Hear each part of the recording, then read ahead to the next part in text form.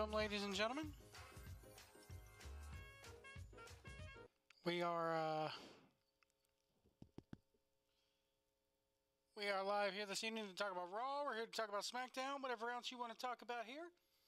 My name is Joe White on your internet radio, as always. That's right. This is internet radio. Some podcast. Oh, anyway. I shouldn't give podcasting a bad name. Podcasts are cool. I listen to them all the time. But we're internet radio here. By the way, I want to go ahead and put this out there. Any donations made during the month of August and September are going to be going to the what I'm dubbing the Rick Hendrickson Memorial Fund. I guess you would call it. Basically, it's going towards his family to help pay for the guy's funeral. So keep that in mind. Hit the donate one of the donate links below. If you're watching on Twitch, if you're watching on YouTube, there are donation links in the description. So be sure to go there and follow those, and give Rick's family some money, if you will. Let's get into Raw last night. I really do want to get into Raw last night because Raw was a pretty decent show. It wasn't bad by any means. I mean, it had some good parts, had some bad parts, as you could. I mean, any wrestling show does. But let's kick it off here. Michael Cole, Corey Graves, and Jerry Lawler, who's taking Booker T's place because Booker is down helping his family out in Houston. And all of our thoughts are with anybody from the Houston area, Louisiana, and everybody who's being affected by this hurricane. Our thoughts are with you. We thank you so much for tuning in, if you're able to, down there this evening, or listening anytime for that matter. And we hope you guys, you're in our thoughts. I hope you guys pull through. I saw a video of a guy walking down the street, and this reporter stops him. And he's carrying a backpack, and I think that's all he had was a backpack, and he's got his little son beside him. And he's just sitting there going, "We're grateful to God. God is good. We lost everything, but God's great." And the atheist in me wants to go, "God just wiped out your home, dude." But anyway, that's neither here nor there. But anyway, I mean, whatever you believe in is who you believe in, and whatever puts you on the straight and narrow and helps you get by, I guess that's okay in my mind. But anyway, enough of me showing my ass. Let's get into Raw. Miz is in the ring. He's got Maurice and the Miz Taraj beside him. And Kurt Angle's music plays before he can even speak. Basically said there was no IC title at SummerSlam, but there will be a title match at No Mercy. Miz interrupts, and before Kurt can announce his opponent, and Kurt Angle says he basically says Kurt Angle doesn't have any respect for him. Says it is a disrespect to him when Kurt Angle interrupts. It's a disrespect to the IC title when you don't have a match. Well, then Kurt says there will be a match next week, and it's the winner of a good old-fashioned Battle Royal. Is it Battle Royal or Battle Royale? I always hated it when people said Battle Royale. Or when they put an E in there. It's not Battle Royale, it's Battle Royal. So the Intercontinental title #1 contender Battle Royal takes place. It's Matt Hardy, Jeff Hardy, Big Show, clean-shaven Big Show. Thought clean-shaven Big Show actually looked pretty decent here. I thought he looked pretty good. Made him look about 10 years younger, I'll say that for the guy. Boy, did he need it. I mean, yes, it's great that he lost all the weight and everything, but man, did he look old with that goatee. Curtis Axel, Bo Dallas, Finn Balor, Jason Jordan, Kalisto, R-Truth, Kurt Hawkins, Carl Anderson, Luke Gallows, Goldust, Apollo Crews, and Elias. They called him Elias Sampson in this match for some reason, but later on he was just Elias. I don't get it. Hawkins is the first one eliminated. He gets eliminated by everyone. And it basically comes down to Jason Jordan with a running shoulder to Bo Dallas and Curtis Axel. Jordan gives everybody a belly to belly. Pretty much gives it to Jeff and Elias. I have no idea why I'm yawning tonight. Good Lord. Why is it every time I talk about Raw I start yawning, even though it was a pretty okay show? So basically, Axel and Bo attack Jordan. Jordan bounces off the ropes and eliminates both Bo and Curtis.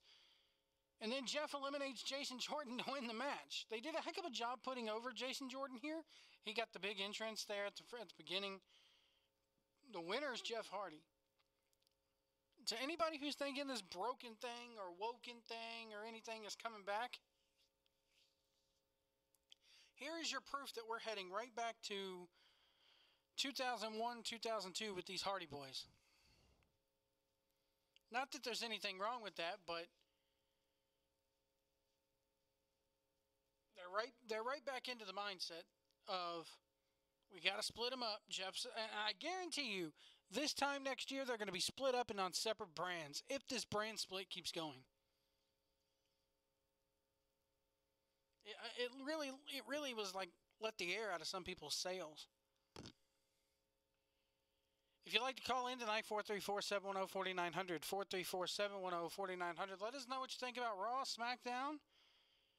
Somebody even wants to call in and talk about this Mayweather-McGregor fight that I bootlegged over the weekend. Is the term bootleg still a thing? I mean, I guess last night it sort of was, but anyway, we'll get to that. Go to commercial and, back is Alexa Bliss in the interview area. Basically states that every time Sasha has to defend her title, she loses it with her very first defense. And I don't know if that's true or not, but it seems like it is. It really does. You really can't go wrong with a statement like that because it seems like every time she wins the title, she either drops it immediately or she gets injured. Basically saying the goddess is going to reclaim her throne. Pretty good promo by Alexa. I like Alexa Bliss's promos. I think they're awesome. Enzo Amore, well, I like anything Alexa does. Let's put it that way. Enzo Amore comes to the ring. Ugh. Oh my God, man. He's going to be a cruiserweight now. He's going to take on Noam Dar, and he beats Noam Dar, and Neville's watching in the back. And then in the back, he calls him a charismatic dynamo and says that if that weasel is supposed to be a competition for him, he'll be cruiserweight champion forever and ever. And I kind of like the promo here by Neville after the match. Pretty good, pretty good. Neville's actually, in this new state, he can actually cut promos. Brock and Paul come out. Paul introduces himself as usual and reminds us that he's the advocate.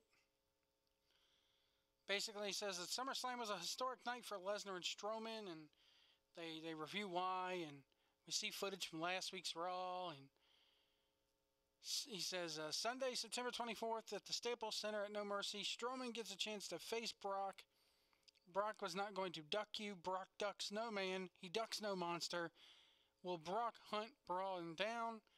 Paul tells Braun to take this to heart. Brock Lesnar wants you. Then all of a sudden, Brock just takes the mic and goes, what Paul's trying to say is, Suplex City, bitch, and that's it.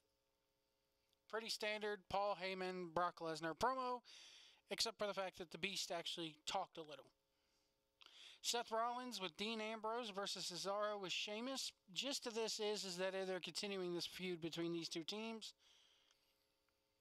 Cesaro with a big European uppercut gets the count there. I liked this match. This match was good.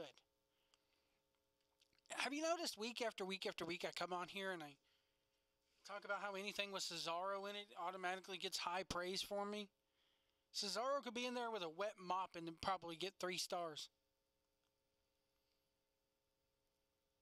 I don't know why they just will not, I like the fact that he's with Sheamus because let's face it, if Sheamus wasn't with Cesaro, they'd be giving Sheamus a singles push by now.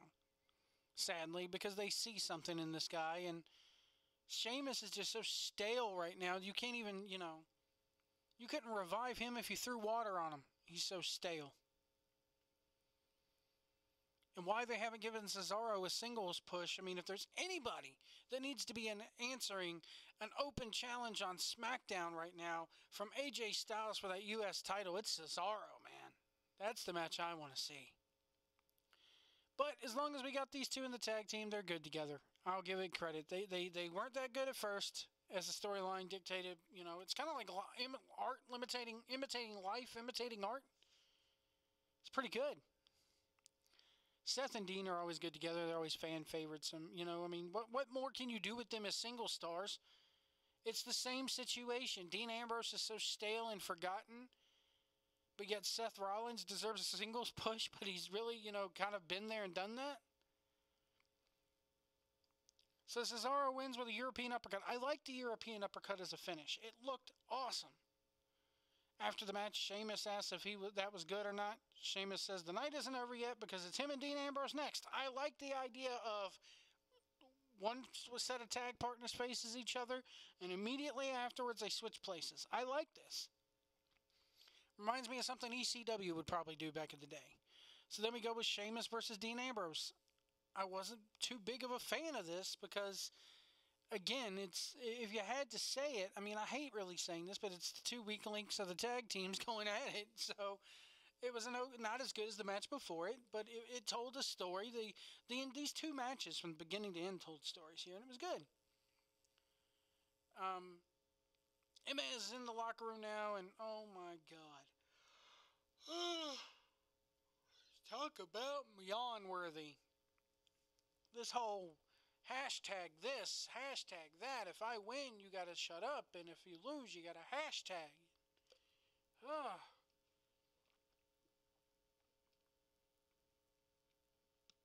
They still think social media is the key. They still think social media is what's gonna pull them up by their bootstraps, and social media is gonna be the key. I don't get it. I truly do not get it.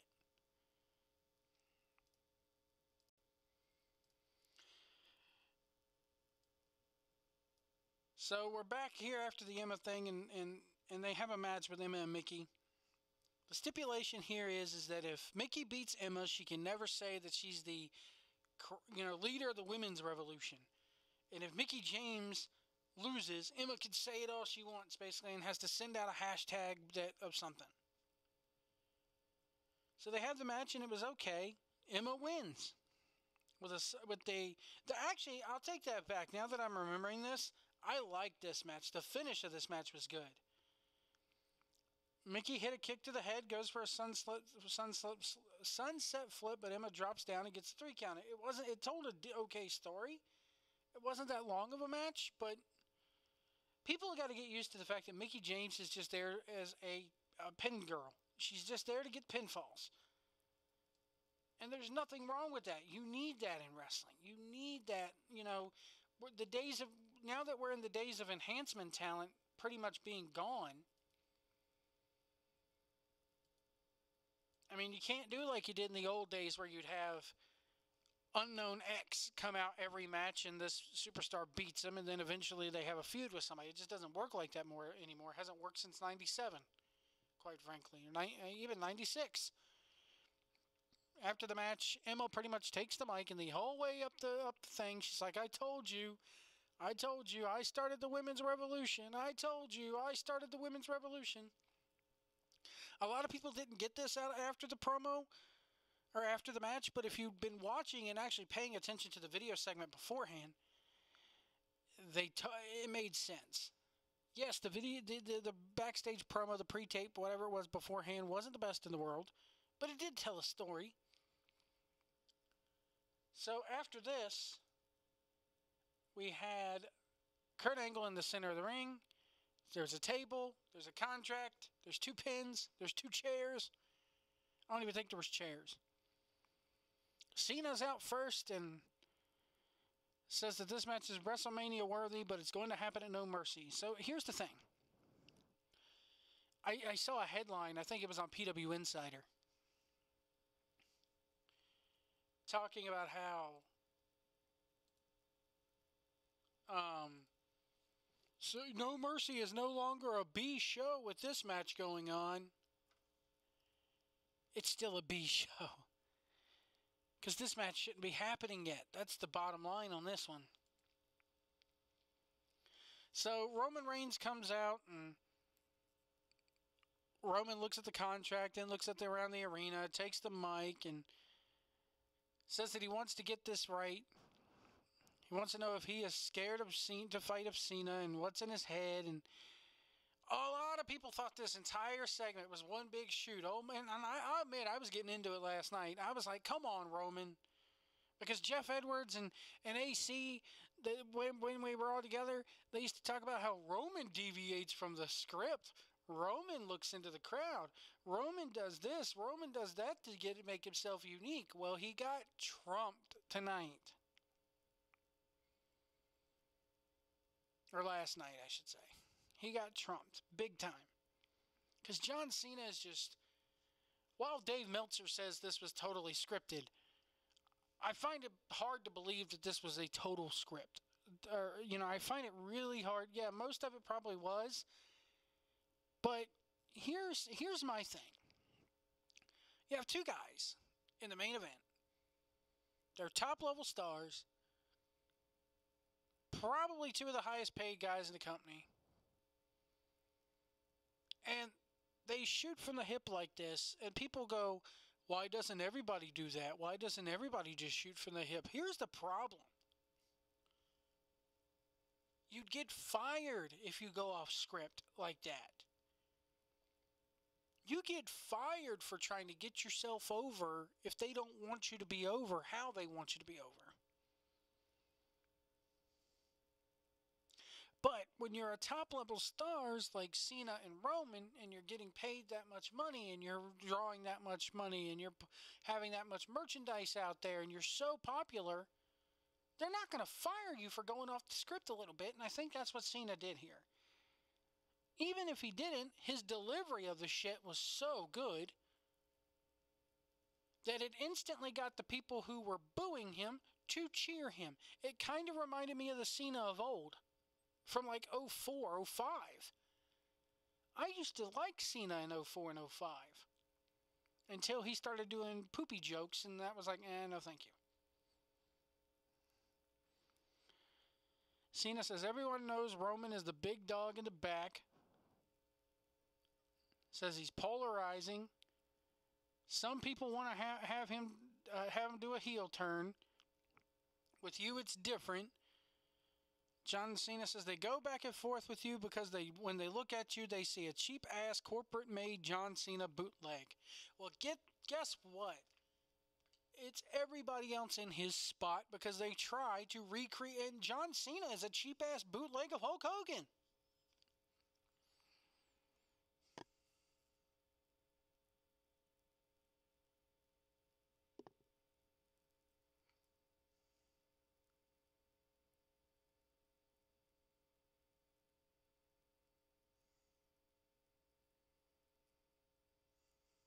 Sorry, I have people tweeting at me. AC wants to come on and talk about the fight. He's like, I'll be home at around 11:30. I don't know if I'm going to be on that long. But here's the thing. This promo was good. This promo was great. He called, Roman visibly was shook by I don't know whether he forgot his lines or if when Cena deviated a little, he got stuck. Or if the crowd really shook up Roman Reigns. But he looked like he forgot his lines there.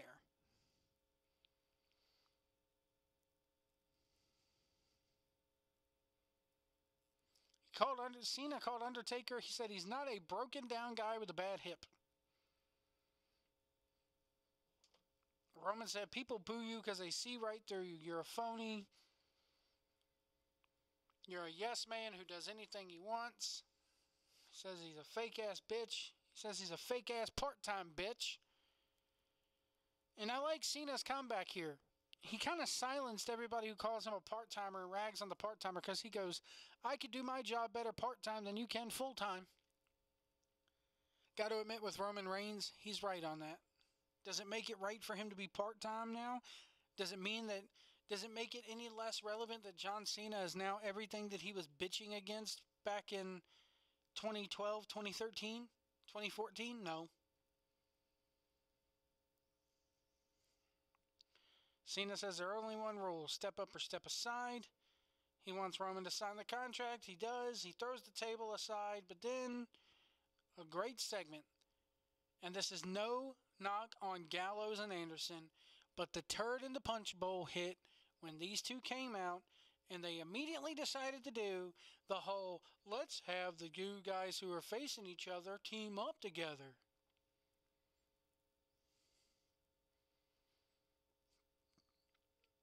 Reigns hits a spear on Anderson. Cena hits an attitude adjustment on Gallows. Reigns gets the 3 count. There was constant tension between Cena and Roman during the match.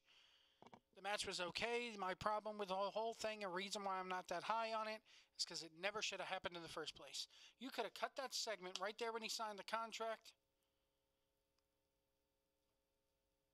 Or have him go for a spear, but Cena gets him up on his shoulders for the AA. He jumps off on the AA and they have a standoff. And just cut the commercial. That's all you needed to do. Less is more, guys. Less is more. You didn't need a match after this. It made no sense. It was so cliche, so stupid. What reason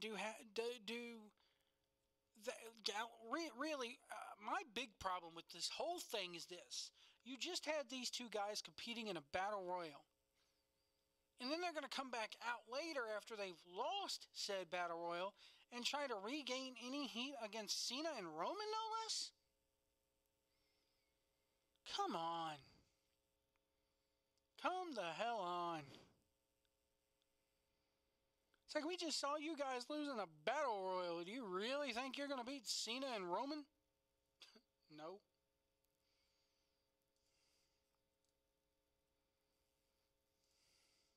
So, that's what I have. That's my whole problem with that. I don't get it. Elias is in the back. He's going to make his way to the ring again. People, I'm not a fan of this. I hate it. The Royal Rumble, people have been watching Royal Rumbles as of late because it's right around Rumble season pretty much is right around the corner. And I always used to hated when you'd have guys in a singles match. Like, I believe it was 1 year Blue Meanie had a match before the Rumble. And then during the Rumble, out comes Blue Meanie. I'm like, you just lost. You just had a match earlier in the show. Especially if you're the Intercontinental, you're going up against the Intercontinental Champion or something. It's like, you can't even win the Intercontinental title. Why are you going to win the Royal Rumble? I hate that. Hate it. Is your roster that thin that you got to have half the people in the Battle Royal come back out and do matches later? That's a me thing. I know I'm going to get hate on that, but I've always hated when you have a Battle Royal and then the same people in the Battle Royal have singles matches later in the night on the same show. It makes no sense to me. Elias is in the ring. Says things didn't go as planned in the Battle Royal, but he doesn't have anyone to blame. So he just said, see what I mean? Things didn't go well for me in the Battle Royal, but I'm back out here yucking for you anyway. So he's singing a song, bashing Memphis. Jerry Lawler stops Elias, said his voice is not that bad, but you have trouble relating to your audience. He says he's going to bring out,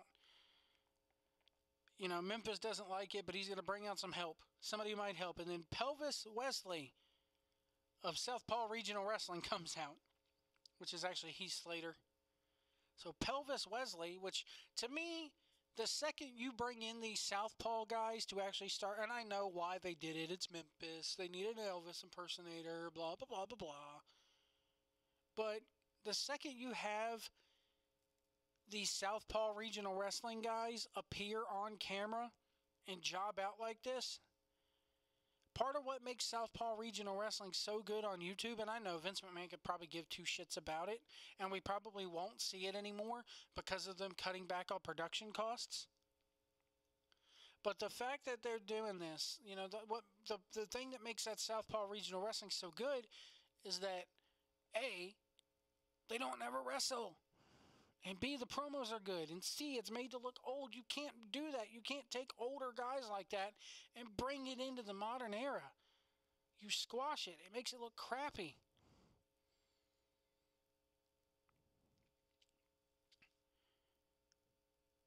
So basically, Elias takes pelvis, hits the drift away, and it's pretty much the end of the segment. We look at the Battle Royal run by Jeff Hardy.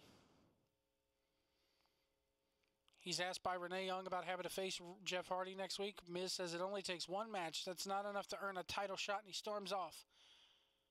Then we get Sasha in the interview area. She's asked about Alexa Bliss. Sasha says Alexa talks a big game but doesn't make you a 4-time champion. Alexa says that she has not successfully defended the title, but that changes tonight. Sasha said that, excuse me. And then we have a fantastic women's match. Look, here's the thing. These two backstage in real life do not like each other at all. They have legitimate heat between the two of them. But they have so much damn good chemistry in the ring, and maybe their backstage heat plays a part in it because they were working stiff. I mean stiff in this match. And I like, I don't like the fact that they're playing hot potato with the belt. I don't like the fact that she sends Sasha into the ropes, hits a DDT, and then finish was kind of out of nowhere. There was a couple things in this match where she hit like a Canadian Destroyer type move that was really good, Alexa did. But I like the match between her and Sasha. They always have good matches. The problem is they're doing this hot potato thing with the belt that just makes no sense. Why? And Dave Meltzer put it best. Vince is doing title changes because he likes doing title changes. The problem is he's doing them just to do them. And he's using the women's title and the cruiserweight title as a pawn because he feels like fans popping for title changes. Like, he's trying to create the mystique of, you can't miss a show.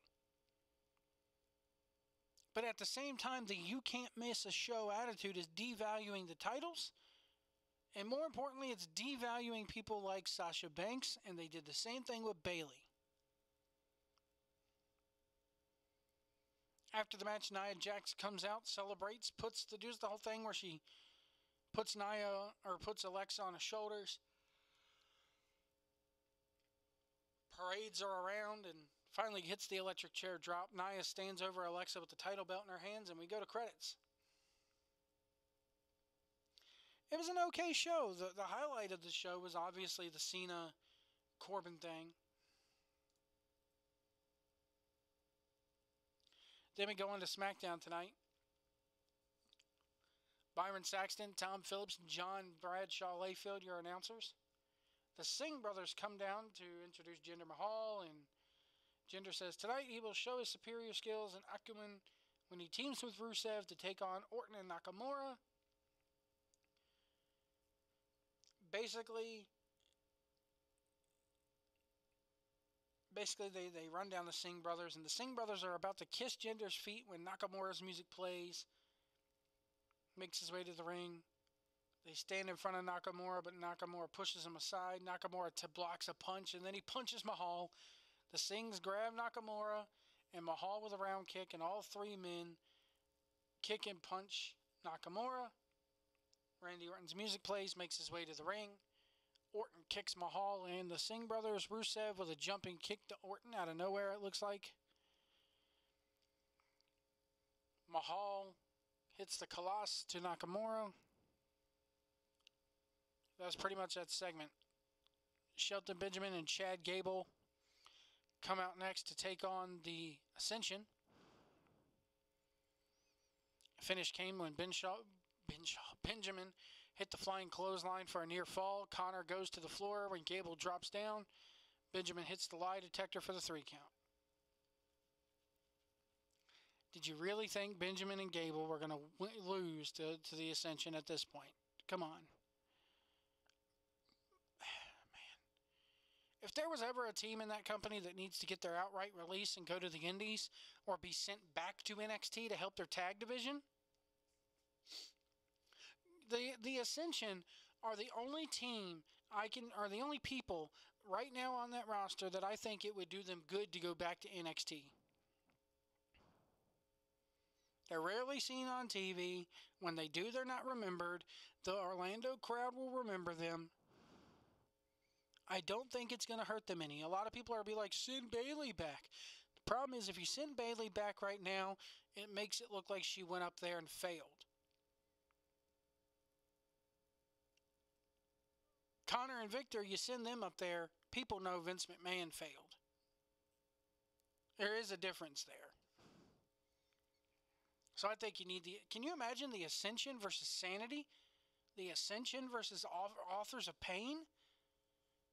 Oh my God. Think of the possibilities down there that Triple H could do with those guys. Baron Corbin's in the back. He's asked about squandering his Money in the Bank briefcase opportunity. Says John Cena distracted him, went to Raw, which prevented him from righting a wrong. He says last week AJ guaranteed him a new opportunity with the U.S. Challenge. Baron says he'll cash that in. So basically he says he's doing the U.S. title challenge tonight.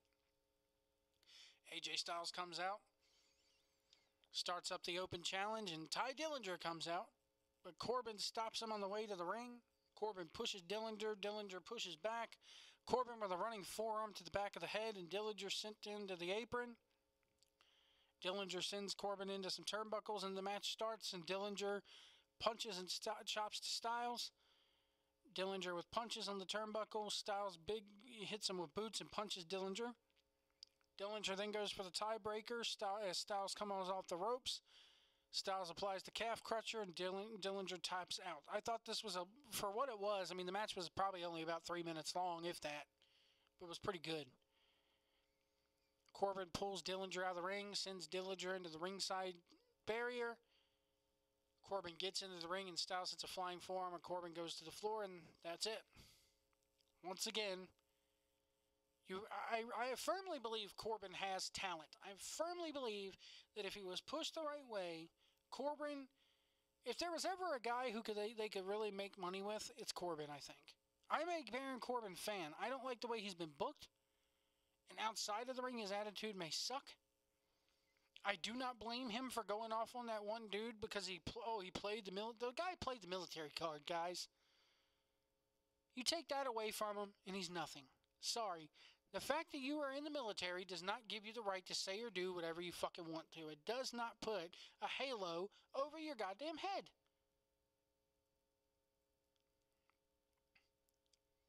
I've went into that before here on the channel. The fact that all it takes is flashing a medal or flashing a uniform to get somebody buried in that company, all because they don't want the press. Come on. If I ever meet that guy, I'm going to boo him. Vince McMahon liked me when I was over and when he met and seen me on deployment. No, Vince McMahon, I'll say this again and I'm moving on. Vince McMahon took a publicity photo with you. What did you expect him to do? Flip you off and say, "Get away, pal. Goddamn, I ain't touching you." You're an idiot if you think you and McMahon are buddies, or that McMahon likes you, or McMahon thinks the world of you because he took a publicity photo with you. Give me a break and move on. Your little publicity stunt and your military card that you use to get yourself over cost somebody a spot. Cost somebody money. Yeah, it got you a bunch of Twitter followers. But it cost somebody their job. It cost somebody money. It cost somebody their spot. You're a fucking idiot and an asshole for doing that, in my opinion, dude. I don't care if you're in the military or not. You're an idiot and an asshole for playing that card because you had no other card left to play. So you had to pull that one out of your sleeve and cheat. You're a fucking asshole, whoever you are. I don't even know the guy's name. He's not worthy of me mentioning his name. Baron Corbin shut me down, so I'll go dig in my Facebook pictures and find where Vince McMahon took this photo with me, because McMahon is my best friend. You don't know Joe White. Me and McMahon are friends. I was in the army. That means me and McMahon are friends. Fucking Melvin. Melvin Dassey, that's all you are. Anyway, now that I'm off my soapbox. It's just shit like this, man. I hate fans like that. I really do. I'm not a hater of the military. Again, we went over this on the channel. Go back and watch that video.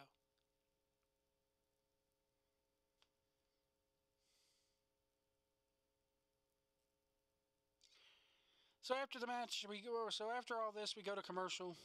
Or actually, Rusev's in the locker room, and Jinder Mahal enters, and he tries to buddy with him. And Rusev says, tonight's not about India, Bulgaria, Japan, or America. It's about revenge. And after the title, after tonight's win, he's coming after the title. And I like the fact here, Jeff Edwards would be happy with this. He touched the title belt, and Mahal jerked back like, get your hands off that. That's mine. I like it. Then we had match number 3.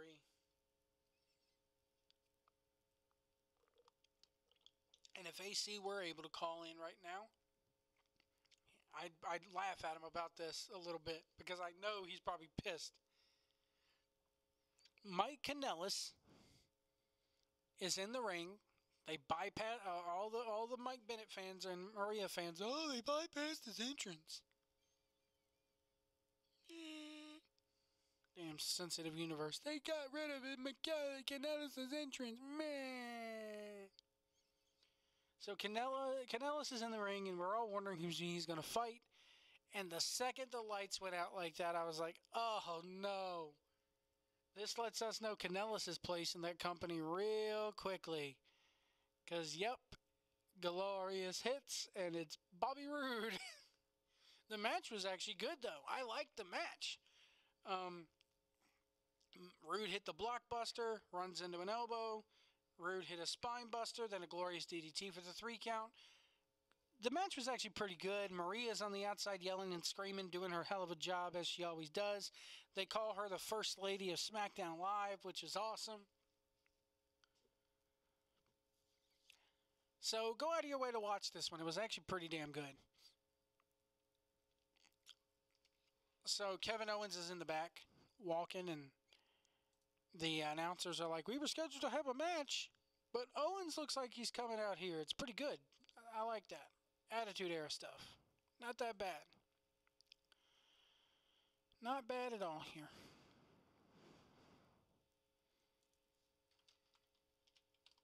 So then we have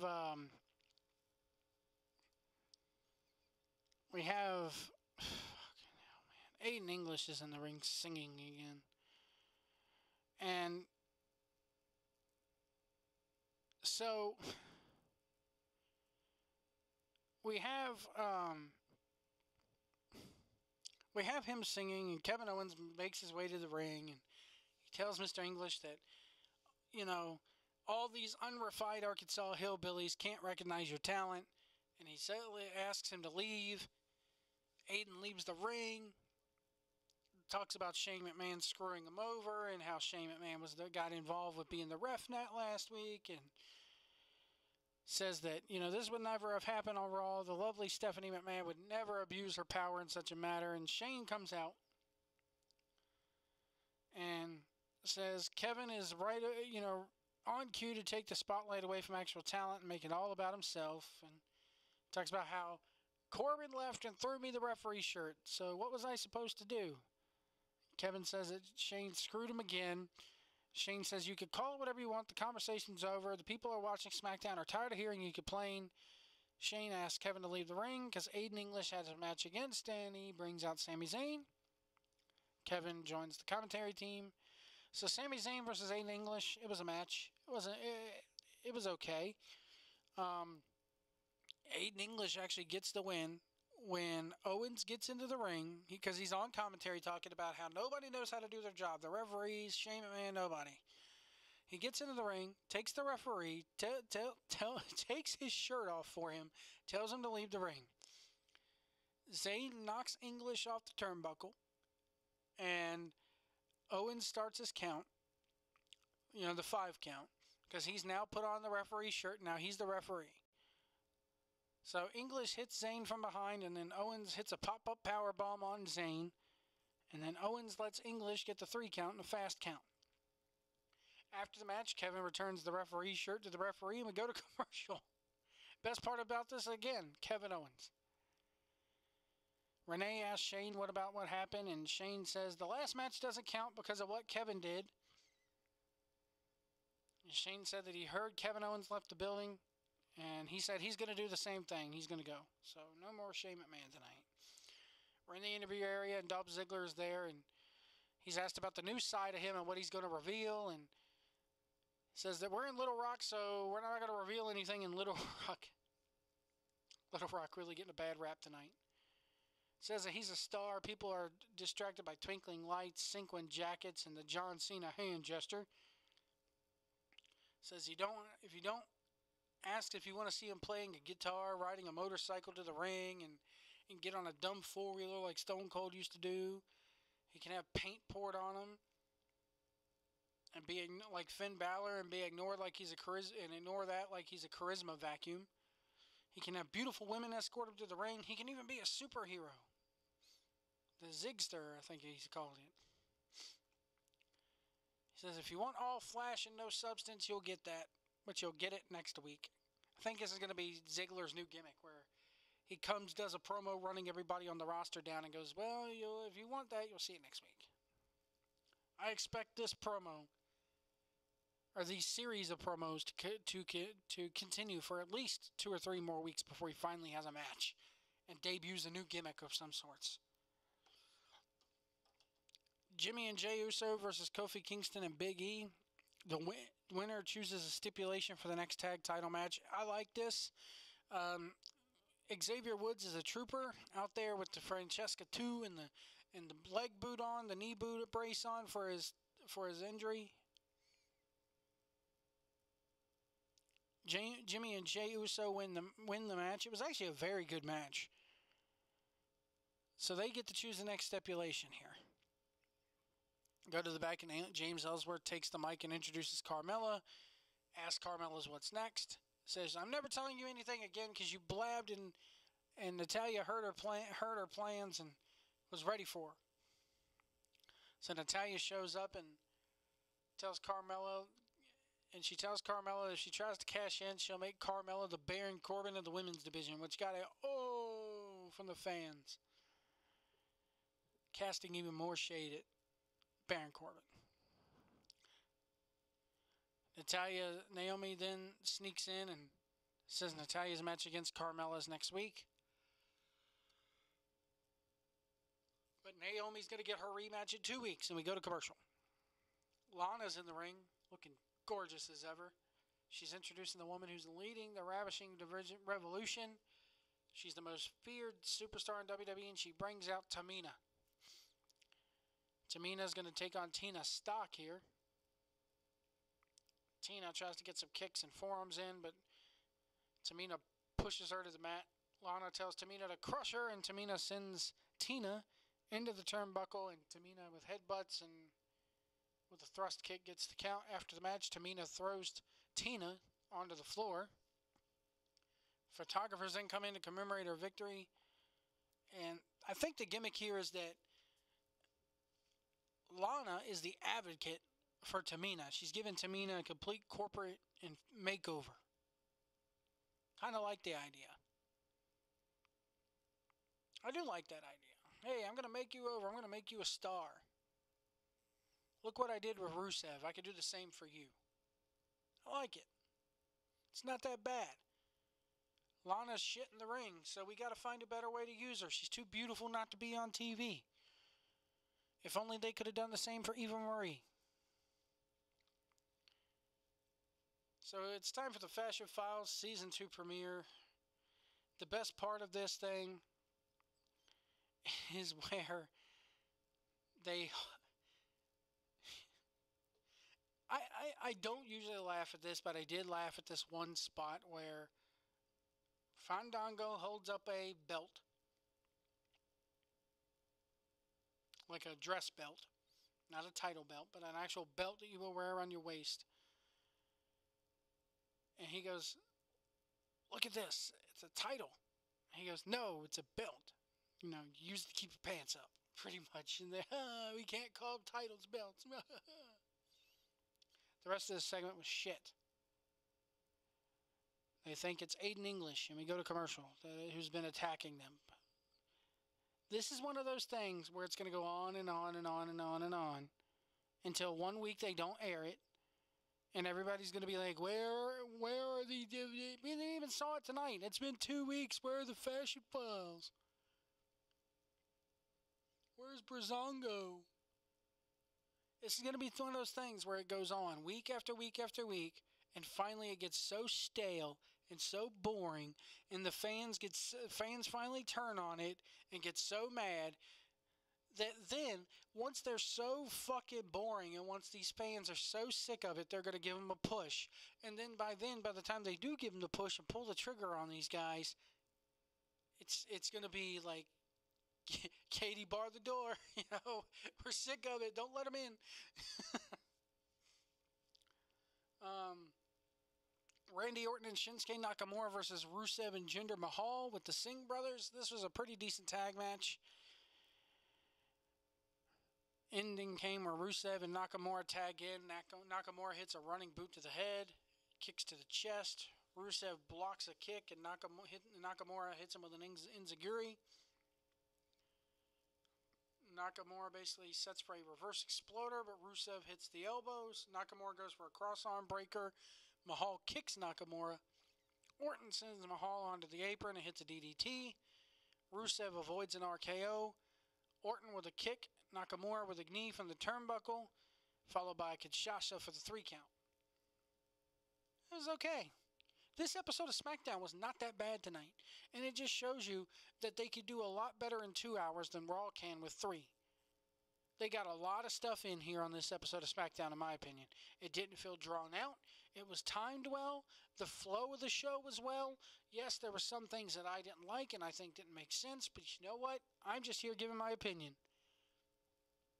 I'm sure there's a lot of people out there that like the Brazongo things and are going to be ordering their t-shirts and sharing it. Oh, look at me, I got my Brazongo t-shirt in the mail. Blah, blah, blah, blah, blah. Oh, well. It's not my cup of tea because funny don't draw money. It's one thing to buy a t-shirt. It's another thing to put asses in seats. People are not paying to see these guys. It's the term draw.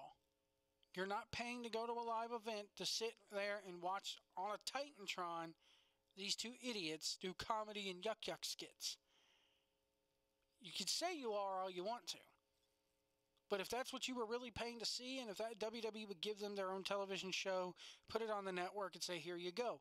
They wouldn't put them on an episode of SmackDown Live if it really drew money like that. They'd put it, because here's the thing about the Brazongo thing. The backstage segments, yeah, they get a laugh out of you, but then they put them in the ring, and then the bell rings, and they're shit. Talk about another guy who could benefit right now from going back to NXT. It's Tyler Breeze.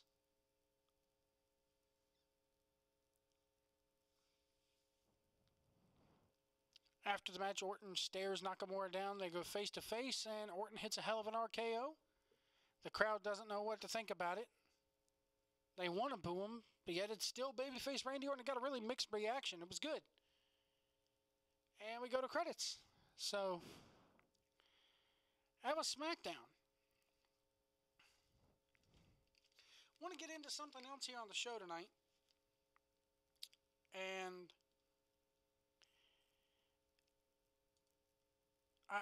it's kind of crazy for me. Because it does involve something I normally wouldn't talk about, but I will. Trying to find a video here.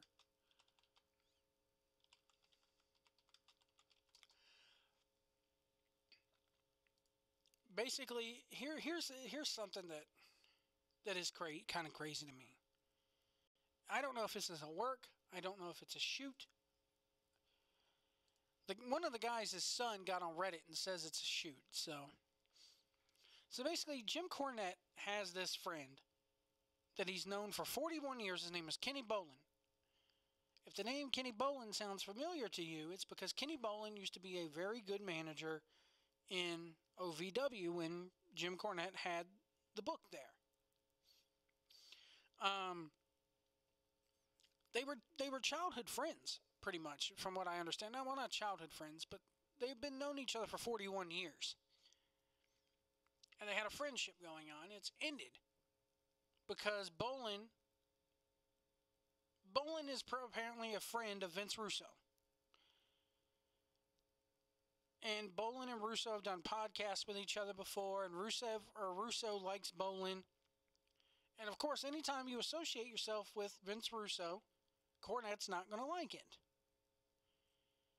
The story, according to Kenny Bolin's son, is that the protective order that Vince Russo filed some months back was done at the suggestion of Kenny Bolin.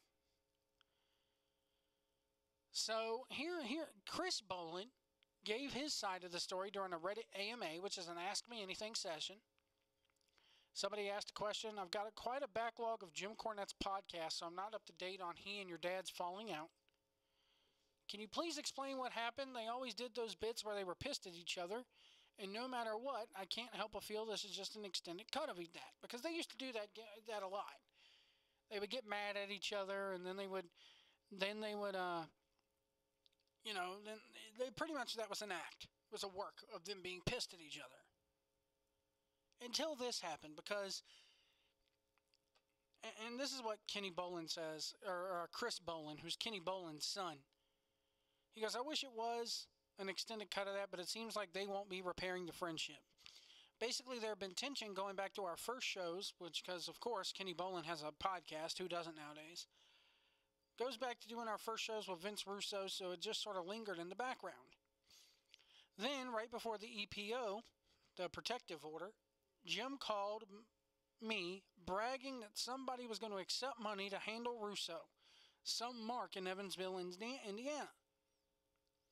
So let's get this straight. According to these guys, according to the Bolin side of things, Jim called them bragging about how somebody was going to take Jim Cornette's money to go hurt Russo. So basically, it was like Jim was hiring a mark hitman. We told Russo because it's not cool just to leave we told Russo because it's not cool to pay someone to kill/beat up a man over the writing of a TV show, and we told him to get the EPO just to leave a paper trail in case something goes down. So, because of Kenny Bolin and Kenny Bolin's son, who is a friend of Jim Cornette's for 41 years, is this betrayal? Some see it as that. He goes, at the same time, Jimmy alluded to this on his Jim Cornette Experience, so it was out there. Russo goes before a judge with transcripts of everything that Jim has said about him over 18 years. Recordings of voicemail that Jim denies leaving. I've heard them. They exist. And he's granted an EPO and encouraged by the judge to seek further charges, which Vince declined to do out of respect for my father. We addressed this on the bowling alley with Jim's co-host Brian Last, who argued his case like a middle schooler, saying Vince is a pussy, against Maya, who was giving real insight. So he quit the show with Last and never heard from Jim again. Somebody asked a question. Yeah. Jim says, so basically you guys ratted out Jim Cornette. He goes, yeah, when one friend has a plot to pay somebody to murder another friend, you're a pretty bad friend for not warning the friend that stands to be murdered. Also, ratted out. What is this, the fucking Wire? Chris Bolin later goes, I'm sorry, do you know Jimmy? Have you ever been on the phone with him while he tore apart his office after learning Vince profited on the sale of his house? What about him threatening to shoot Lesnar's knees out? Beating his shitbox forward to a heap with a ball bat because someone missed a time cue in a match in front of 80 people. Wow. Slapping Santino or not being scared of the boogeyman. Belittling Linda Miles for having a bad match after having 2 matches before that one. The man is nuts. So, Kenny Bolin, after all this, he got on Twitter and goes, yes. He goes, basically, yes, the 41, he goes, it's officially ended today at 11:02 a.m. 41 years of friendship are done. 8/27/17. I wish him the best. And then Kenny Bolin goes on Facebook Live and talks about it here. Now, you're going to hear Kenny Bolin break down and cry at the end of this because this is real life, folks. I don't think this is a work. Part of this tells me this is not a work because you mentioned Russo to Cornette. And you know what's going to happen. It's not like Bolin didn't know what was going to happen. But I'm going to play this here. I'm going to play this video here, and I'm going to come back and give my thoughts on it. But listen to what Kenny Bolin's side of things are here. That it's sad that you didn't mind Jimmy being friends with him. No, I never minded that. I minded it, but I wasn't going to say I'm not going to be your friend. I mean, I'm not going to say I enjoyed him hanging out with Tim Ash and a few other people, but, fuck. I don't think you end friendships over shit like that. And that was when we became friends. How you doing, Stuart? Good to see you, buddy. And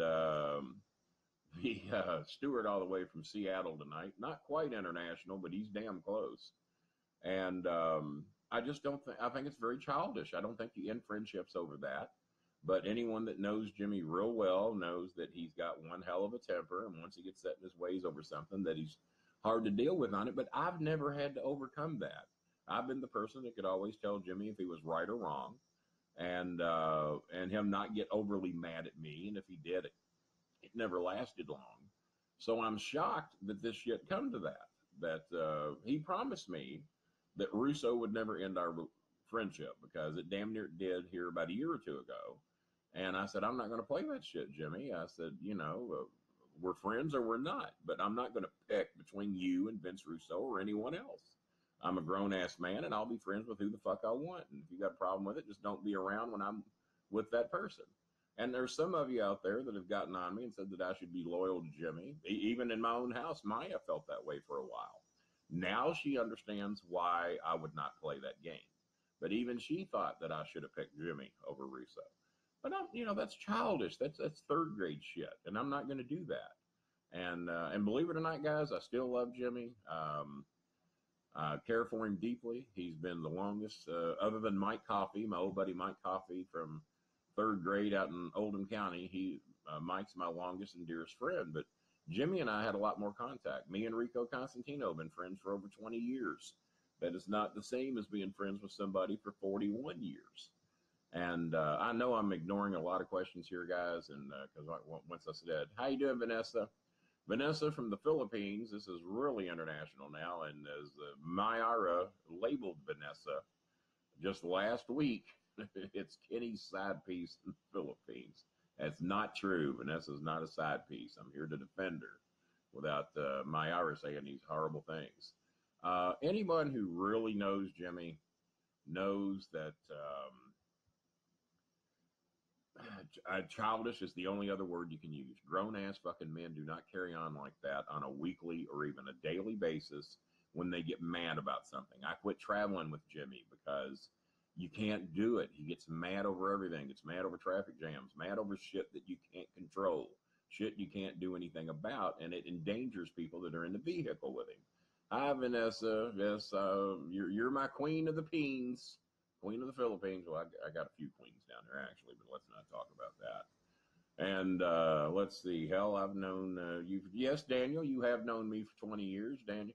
And I was sitting in here pitying myself yesterday when this shit come to an end, and I was talking to Mayara, and damn near with tears in my eyes.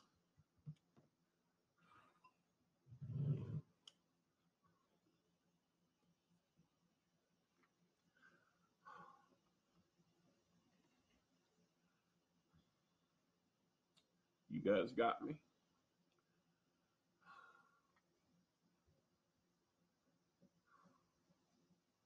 Bipolar is the word. You're probably right.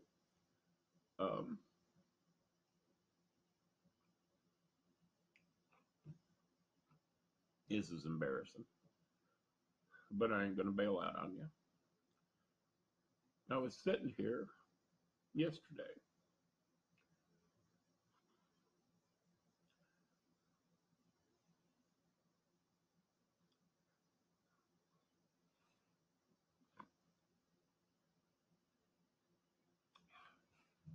and I was carrying on like I didn't have friends. That I didn't have friends anymore. That I'd lost my only friend.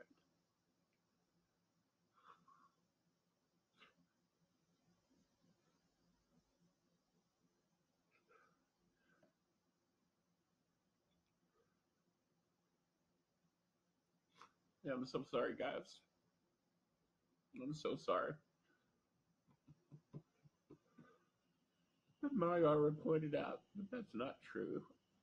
That I have a lot of good friends. Daniel Spencer's one of those, been friends with me for over 20 years. Oh, God. I'm a mess, guys. I'm a mess. And she pointed out that I have countless friends out there that have been with me for a long time. And, oh, God. Thank you, guys. Thank you.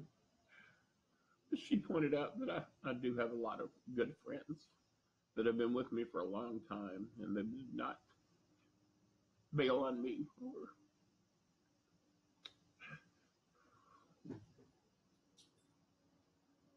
over shit like this. Guys,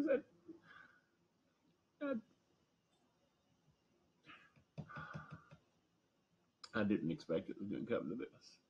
I'm glad this ain't on the main page. Oh, God. Oh, shit. Oh. Guys, let me pause this for a minute.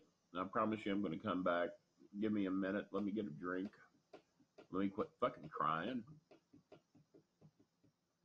Because it is sad that it's come to this. But Mayara basically had reminded me that I have probably more friends than anybody she knows, because you people are real friends. And people that I have around here in Louisville that have been my friends for a long time. And I'm just so sorry. I didn't think it was going to get to me. I thought I was all right. But it is sad. It's 41 years is a long fucking time. So, if you will, give me 5 or 10 minutes to get my shit together, and I'm going to try not to do this to y'all again. And, you know what? I'm going to go ahead and I'm going to take this over to the main page. And this will end this part on the verified page. And I will move it over to the other page. I hope the microphone is blocking what a fucking mess I am. And thank you all. And give me 5 or 10 minutes to get my shit together, and I'm going to move this over to the main page. Hopefully Chris and Mayara will make it. And I'm sorry. And I hope I can get my shit together in the next few minutes. And we will pick this up. I hope I didn't make y'all feel too uncomfortable, but I didn't want to shed a tear and bail on you, because I want y'all to know how I feel. And I know in my heart that Jimmy and I are never going to fix this. Guys, he's not going to have anything to do with me as long as I'm friends with Russo, and I'm not going to bail on Russo. And that's just how it is. And so I'm not ashamed of it. I haven't scrolled, guys. I haven't scrolled, so I don't know who's saying what. And I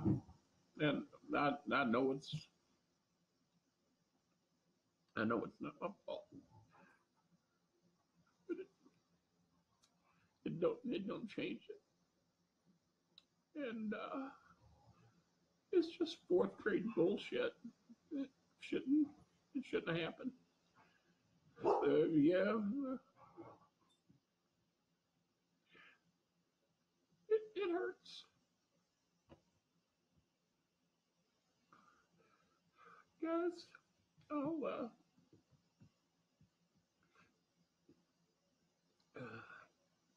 I'll be back in a few minutes, guys, I promise, and I'll see you over at the main page.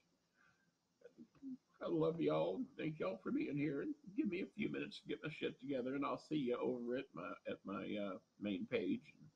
Be nice if Chris and I are over here, but I don't know what the fuck they're doing. So I'll see you guys in a little bit, and I'm so sorry. Didn't want you all to see this side, but you did.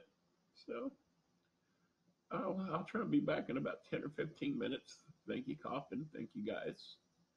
And I love you all. No, I'll be back in a little bit. And I'll see you in about 10 or 15 minutes. Thank you, guys. And I love you. So that's kind of Kenny's side of the thing. The whole thing is that, you know, I think what this stems from is that I think a few hours before or a few hours after that, it was announced that Kenny's podcast, The Bolin Alley, is joining Russo's website, joining the brand. And anybody who knows Jim Cornette knows that he does not like the fact that Russo makes a dime off anybody or anything having to do with the wrestling business. This is not it is a bit childish in a way, in my opinion. Now it's gone on a little bit too far. Why not get those two in a room together? Whether it be on, pay-per-view or Facebook or Twitter live or something. Do it for charity, whatever the case may be.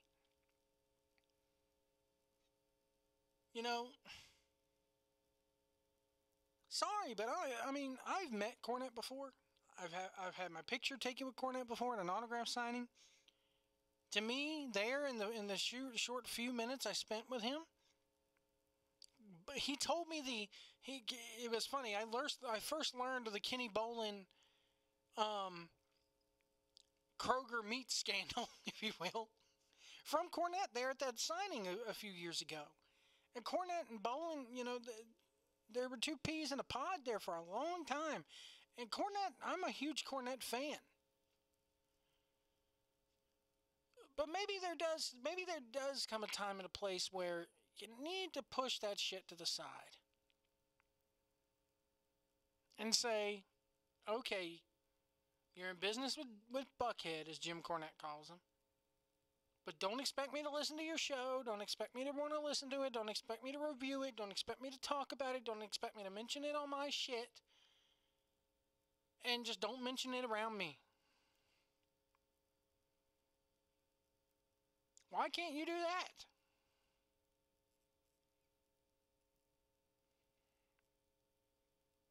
Trashing his office when he found out that the guy made money on his house? What kind of shit is that, dude? For real? Come on, Jimmy.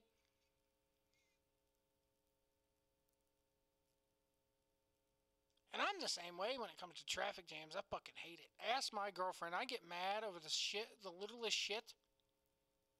Maybe that's why I like Cornette so much, is because I'm so much like him.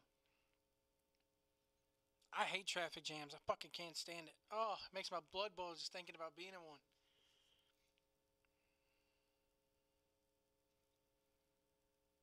So, I get where Cornette's coming from, but maybe there's time, it's time to put your little tirade, Jim, to rest.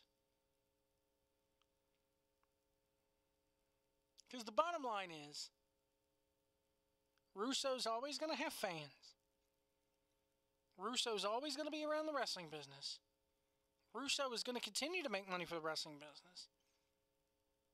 And maybe it's high time to learn that, A, you're going to make more money in this business than Russo probably ever will, because you are the Jim Cornette, and you are a bad son of a bitch, and you are a damn, you're a legend, dude.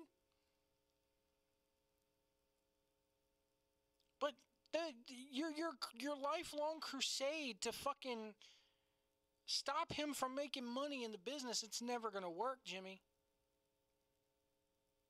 You gotta quit. You just give up, dude. I don't want it to happen any more than you do. I think the fact that Russo is making money off the wrestling business, or in the wrestling business name, is a disgrace, man. But I'm not going to hire people, a hitman. I'm not going to give money to somebody in Evansville so they could go and hit the guy or kill the guy or worse, come on. I don't wish death on nobody.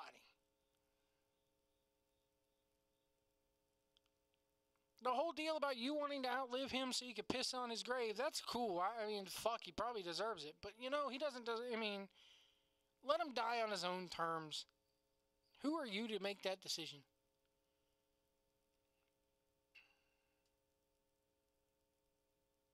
So maybe, you know, when this little feud is costing you 41 year friendships.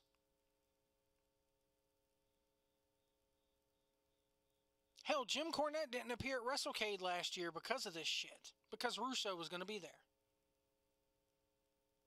So he's cost you money, and it's not because he's Russo. No, it's because you cost yourself money on that one. You chose to remove yourself from that environment. The WrestleCade people were more than happy to have both of you there. Hell, I know the guy who promotes WrestleCade. I've talked to him a couple of times. He's the type of guy to where he's not going to say no to both of you being there. You chose to remove yourself from that environment. And then you want to do this whole deal of no TV cameras, no law enforcement, no this, no that. Because, why? Because nobody trusts you to not bring a gun. Nobody trusts you to not to kill this poor bastard. And guess what? So what? He ruined the wrestling business for you. But that doesn't give you the right to want a man dead. Legitimately want a man dead. Come on, man. Maybe it's time for you to be the babyface in all this, Jim. Maybe it's time for you to make it right. What's the past is the past. You can't change the fact that he took your fucking booking job in 1997. You can't change the fact that he ruined the wrestling business in your mind back in 1997. It's 20 years ago, dude. You're going to hang on to a 20-year-old grudge? And then you blame TNA on him?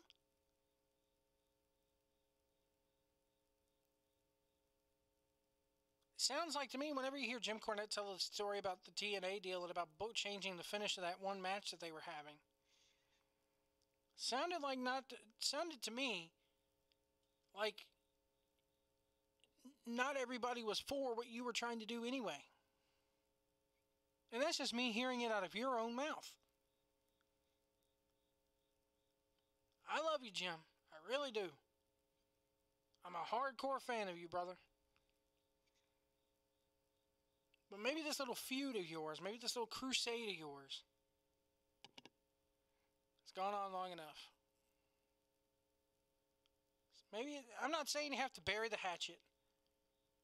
I'm not saying that you have to show up the guy and write him a Christmas card. I'm not saying you even have to wish him happy birthday, say hi, bye, kiss my ass to him, or whatever. I'm saying just let the guy exist.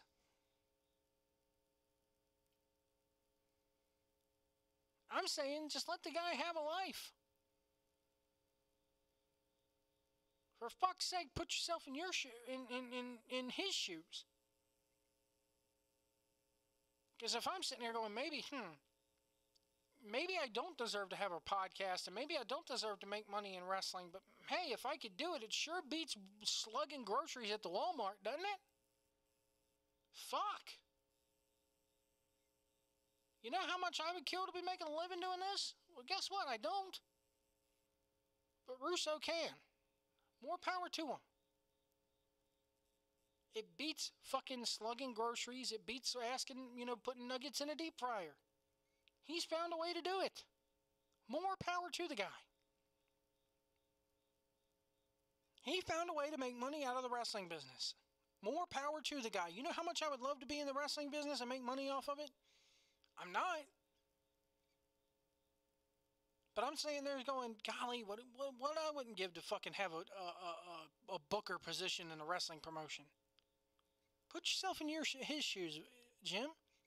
You jump at the chance at it too. You would have done the exact same thing. And you can't tell me that you wouldn't have, man, because it would have made you money. Money talks, dude. The needle moved. You know, Jeff Edwards has been saying it to me here all along, and it finally got put in perspective for me. If you were good at your job, as good as you said you would, the needle wouldn't have went down. It would have went up without you, or with you. But no, it didn't. Regardless, like this Young Bucks thing. regardless of whether it's right or wrong. I blame the fucking fans for buying the t-shirts. I don't blame the fucking Young Bucks for trying to con or make a buck. It's called hustle. You got to have a little bit of hustle in life. You got to hustle a little bit. Young Bucks are the master of the 2017 indie wrestling hustle. They're making fucking money. They got their clothing line in a fucking major-ass department store in the mall. You can't go into a mall nowadays and not see Hot Topic. Show me a mall that doesn't have a Hot Topic, and it's a rarity, I'm telling you. They got their t-shirts in there on their own, not through some big company pushing them to the moon, by doing their own shtick. Do I like it? No.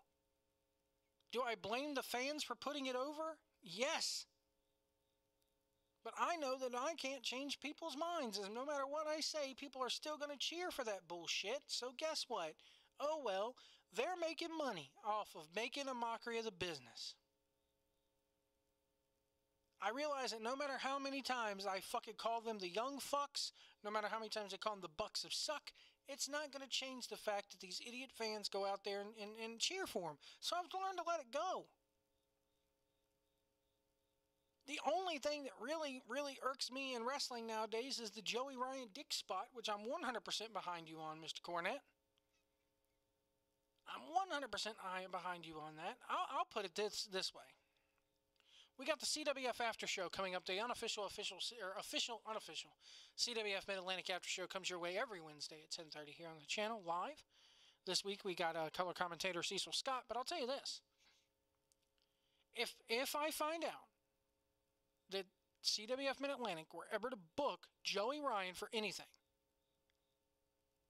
they would not get my money for that show. I wouldn't go. And if I did go and they book him as a surprise, I would get up out of my seat and walk out. Because that's the only way shit's ever going to change, is to not watch it. People, talk about Roman Reigns or John Cena, how to make things change. They get a reaction.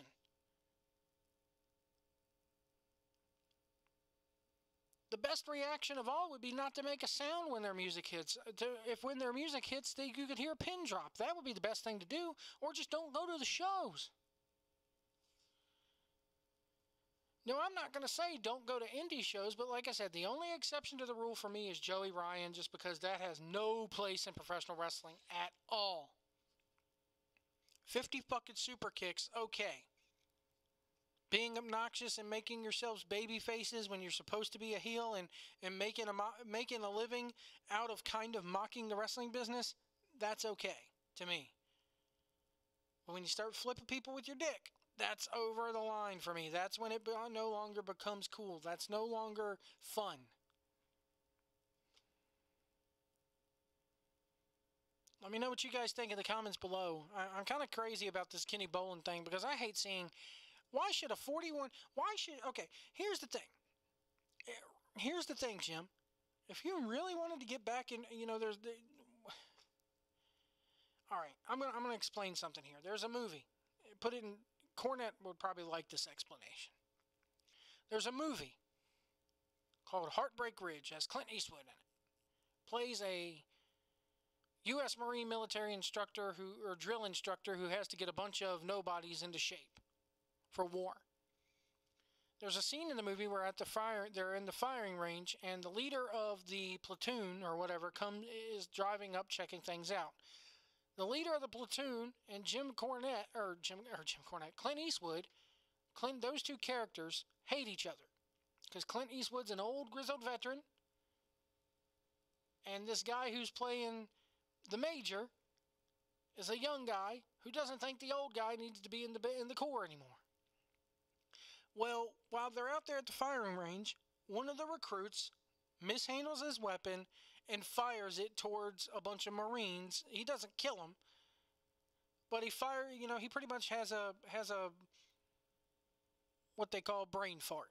I'll say it this way, that way. So the major of the entire unit makes this guy run around the platoon while they're marching back to the base. So it's a crazy ass scene. So the platoon's marching regularly, and not only is he having to keep up with them, but he's having to run circles around the platoon while they're marching forward. Some would call that an Indian run. So the guy who's holding, by the way, he has to hold the rifle up over his head while he's running around this platoon marching forward at the same time. It's a good movie. Look it up. But anyway, the guy who has to do this falls down. Uh-oh. We have a caller here. AC! You there, AC? I can hear you, man. Why can't I hear? I can hear you. Hello? Hey, you there? Fuck. I could hear you, man. Try back. I could hear you. Let me make sure my...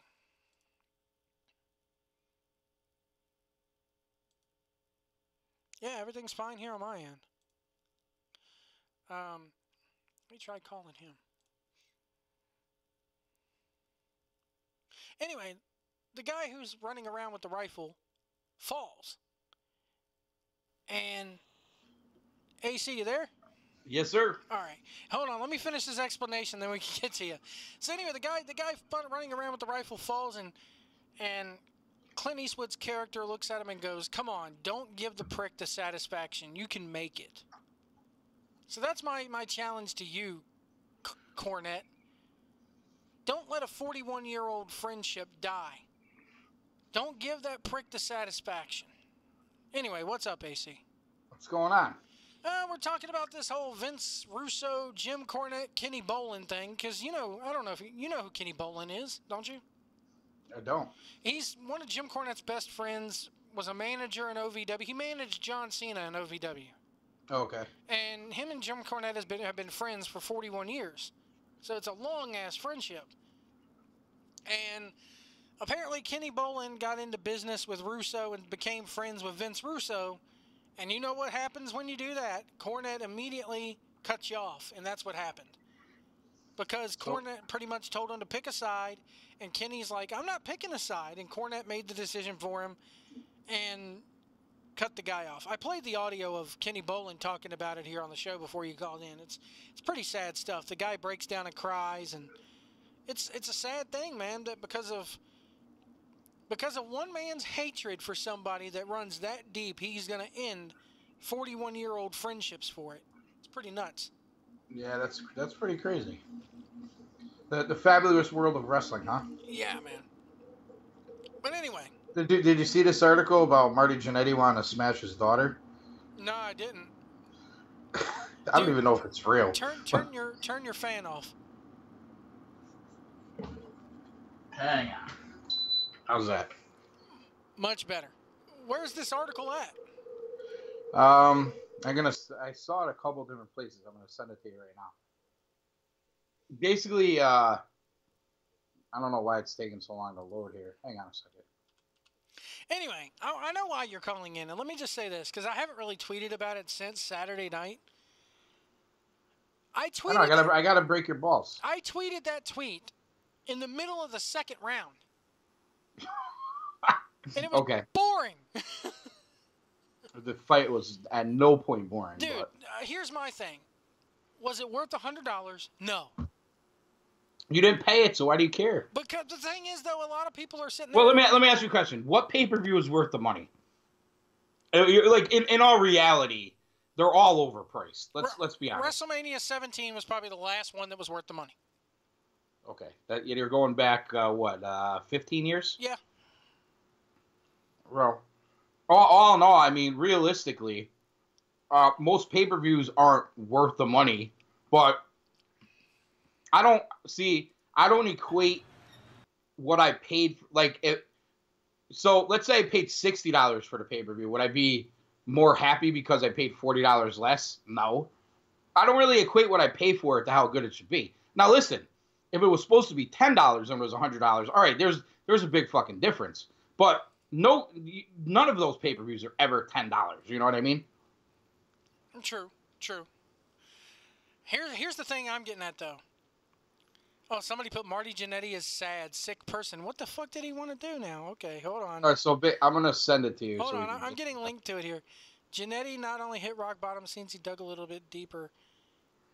Back in 2013, he was the father of a girl that he didn't know about.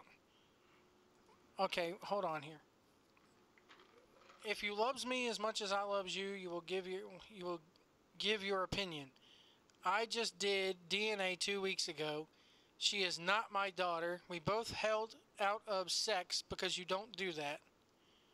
But now, what? We ain't? From a guy's side, she's fucking hot, but she's been daughter.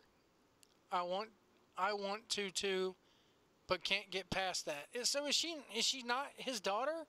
Well, they're saying she's not his daughter, but he's been known as her father, and he basically put a picture of her up and basically was asking the world if they thought it was okay he fucked her. So did he fuck her? I think he's asking if it's okay. Okay, so you've raised this girl as though she's your own for how many years? You get a DNA test, find out, oh, I'm really not her dad. All bets are off. Yeah, come on, man. That's creepy, though. It is creepy. It is creepy. But you know what I'm saying? Like that's a little. That's a little Jerry Springer-ish. Listen, what happens behind closed doors, and she's of age and all that. Whatever. But to put that out there. What's going on in that guy's life right now? I mean, it's Jannetty, dude. What do you think? Well, exactly, true. But it's like him saying, "She ain't my little girl. All bets are off. She's legal." You know, right? That's Jannetty's mentality. Is it right? No. Does it make him a little bit of a creep? Yes, but if she's willing, who are we to judge?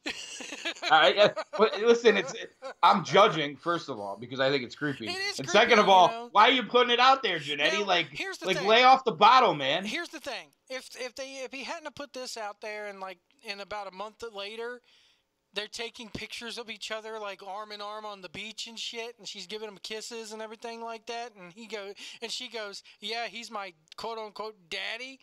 That would be okay if they did that. Why can't he just say we had a DNA test? I found out she's not really my daughter. We're gonna remain close. Blah blah blah. Just leave it at that. Yeah. And you know what? And like you said, if fucking TMZ or whoever else, I don't even know if TMZ would care about Marty Jannetty at this point. Oh, they would.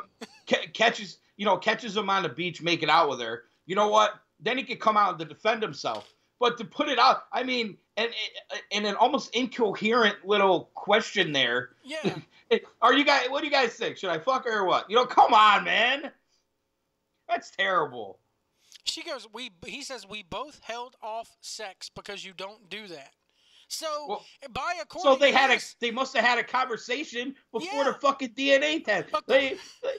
They had a conversation about fucking before the DNA test. Come on. That's what that says to me. That's pretty fucking bad. So that means she's just as much fault about him, but the problem is he's the one that put it out there. He's the man, so he put it out there, so he's going to get labeled as the creepy motherfucker. She's doing the smart thing and keeping her mouth closed. I mean, how old is she? 21, 22 years old? Doesn't matter. She's a kid. She's a kid. She's of age. Come on. Doesn't matter. It matters. Dude, you got 50-year-old men out there dating 20-some-year-old women. So come on, dude. No. My point being is when you're thinking about what is okay in life, whatever, who knows? Maybe she was watching old wrestling videos of him when she was 16, fantasizing about fucking him. I don't know. I don't know. So here's the thing. I'm not saying they did anything illegal. All I'm saying is he needs to be the adult in that situation. It's one of those. 22-year-old people are not adults in this world. Trust me, I work with them. Dude, it's one of those situations where he should have just kept his fucking feelings to himself. Or if they did have a conversation about it and saying, "Hey, we both held off fucking each other," then okay. You want to fuck her? She ain't your relative. She ain't your blood. Go fuck her. But leave us, and we don't need to know that. Right. That's my point in the whole matter. Like, he made this ordeal creepy by putting this on social media. If she came out there, posted a picture of him with the exact same damn post, turn the tables there, man. Is it just? I think she'd get heat for it too. It wouldn't come off as creepy though. I don't know. It wouldn't come off as creepy. Come on, say I'm right. Are we gonna get into one of these women things here? No, these women versus men ordeals again? Dude, Are we going down that road again? Let's say Marty Jannetty's gay and it's a 22-year-old dude that he's been taking care of. It doesn't matter the gender. It doesn't matter. Well, it matters the age. Well, listen, the person that's viewed as the parental type person is always going to be viewed as the creepier one. It has nothing to do with male female. If he was a boy and if it was Sable and she had an illegitimate child and she comes out and goes, "Oh, I found out it's not mine. I want to fuck him." You're going to say Sable's a fucking creep. Here's the thing though. I think it's the fact of it's Marty Jannetty. It's Marty Jannetty. No. Any guy in that situation is a creep. It's not that it's just Jannetty. If I'm looking at this post right here, not analyzing the situation like we are, yes, he's a fucking creep. I'm sorry. Well, I mean, listen, they're not. What else? Well, honestly though, if Marty Jannetty's in a headline, it's probably going to be for something bad. Not so good at this point. Like my buddy Jim texted me. I sent him the article because last time Jannetty was at an NEW show, they had him out to sign, and they never put him on the show. And he didn't look too great. But so I sent him the article, and I said, "Please tell me that's fake." And he said, "Ha ha ha ha ha." He's like, "They all said back in the '80s that Jannetty would be the star and have the singles career. Flash 40 years later, 2 smiley faces. He's like, he's trying to bang his daughter, and HBK is an evangelical Christian. I don't even know how to say that word. Yeah. Evangelical Christian. Funny world we live in, man." So here's what kills me. There's this thing from SEScoops.com of April. This is from 2014. Finds out he has a daughter. So he found out. Well, at least he wasn't around her when she was like a child. Well, here's what he put back in 2014. "Happiest guy living right now. Wish I was there to watch her grow up, but so happy to be given this gift." Well, at least I guess. You know you want to laugh, you bastard. I guess he wants his cake and wants to eat it too. I don't know. What do you want me to tell you? It's funny. Laugh, AC. I'm laughing. I'm just not as loud as you. Jannetty, what are you doing to yourself, guy? My God. Now let me read it. And from now on, I'm going to be a different person than I have been. Will be the best daddy ever. I can't read this knowing what we know now. He wants to be called daddy, all right? Yeah, that's what I'm saying. Who's your daddy? And by this post, she wants to call him daddy too because they discussed it before. Like, or how can you imagine that? Yeah, you got to be a sick individual to be sitting there with a person who says, "Hey, I'm your daughter," and then all of a sudden, like, it reminds me of Glow in a way. If people have watched Glow on Netflix, you know what I'm talking about, and it's gonna fucking make you laugh when I say when you think about it. But it's kind of like if I had a daughter I didn't know about, and we're sitting on the couch. And then just one day the subject comes up of, if we weren't related, would we fuck? Jesus Christ. We're getting I would just popped in my head is, you think Vinnie Mac's sitting there going, "All right, pal, we got this Angle and Jason Jordan deal. Maybe Angle and Jason Jordan want to fuck each other. That's how we break them up." You think they're sitting there in the barbershop getting their heads shaved going, "What if we ain't, son?" And what if you ain't my son? I like the chocolate. I mean, but they definitely get some press for it. I'll tell you that.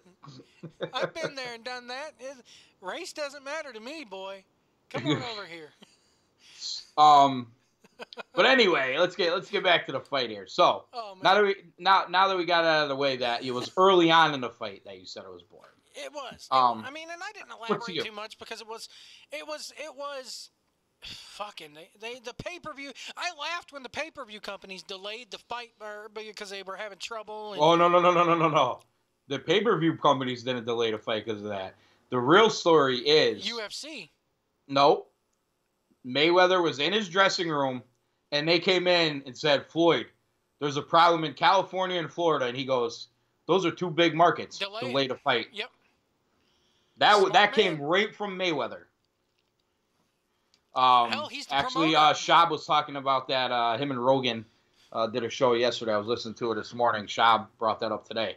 I Floyd's in control of a lot of stuff. I got to tell you, I did do my my review of the fight yesterday, so I won't go into too much detail. And if you want to find it, Cool Down with AC, iTunes, Spreaker. But I've had a little bit of an epiphany with Mayweather through this little process here now, especially the fight. I have too, because he literally he shocked the cemented hell out of me. He cemented his legacy as, the best ever, or one of the best ever, if not the best ever. It was almost a transcendent performance for him, because everything that as a boxer you didn't like about him the last 3 or 4 years, he totally was a different guy in this fight. Now, granted, I understand he's fighting McGregor, who's never fought in a boxing match before, but McGregor proved he does know how to box a little bit. Listen, if he's going to stay in boxing, it's a lot to work on. We know that, but there is the power issue there. I think he didn't get hit with a lot of powerful shots. He got hit with the main one was the left uppercut in the first round. But I think Floyd kind of had the idea that he could take his power. I'm sure he spoke to Malignaggi. I think that's why he was ducking down so much. I think he was causing McGregor to foul with that rabbit punch, which the ref didn't do a good job of. I almost think because they weren't hard, the ref was kind of letting them get away with it, so it didn't turn into one of these, they were just out to get McGregor, you know what I mean? You're talking about the punches behind the neck after every time. It seemed like every time he, They were like little slap hammer fists. Yeah, and is what I would call them. I'm sitting there going, when is this ref going to take a point away?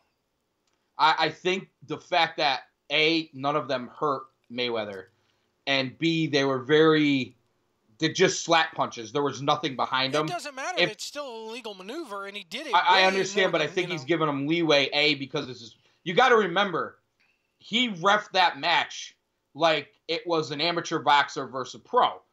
Mayweather fought it that way. It was called that way. A seasoned boxer, even in the scenario he was in when the fight was stopped, he's out on his feet a little bit, but he didn't go down. He might have gave a legitimate seasoned boxer another 20 or 30 seconds to try to recover.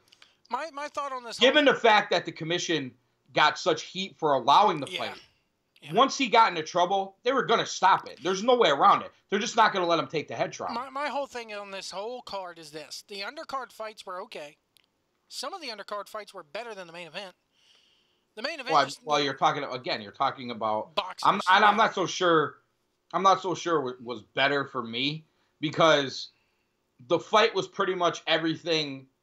It was actually better than I expected to be. I'll be honest. It was better than I expected. I thought you were gonna get. I thought you were literally gonna get a Floyd that knew he could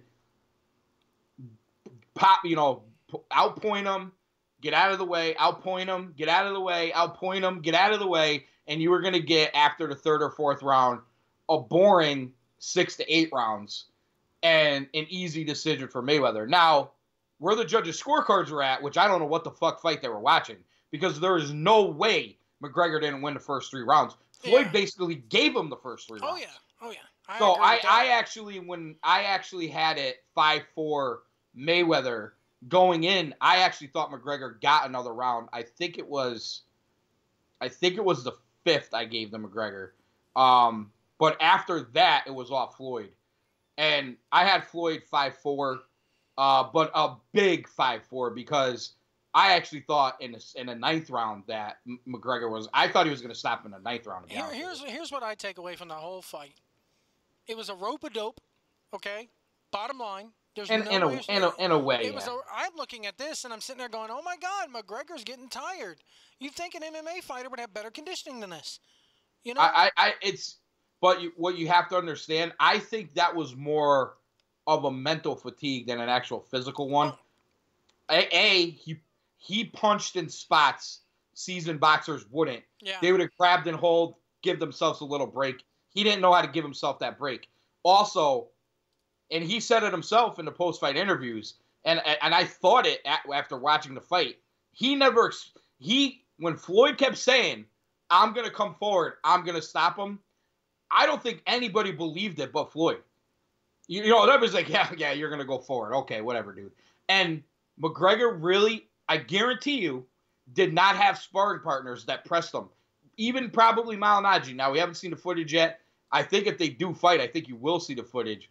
But I don't even think Malignaggi probably didn't even press him like that. So he's probably never been pressed in a boxing match like that before. And there's been times in his longer fights, especially Diaz too, in the third, fourth round, he had a point in that fight when he was tired, but he recovered. He had no chance to recover in this fight. I look at it this way.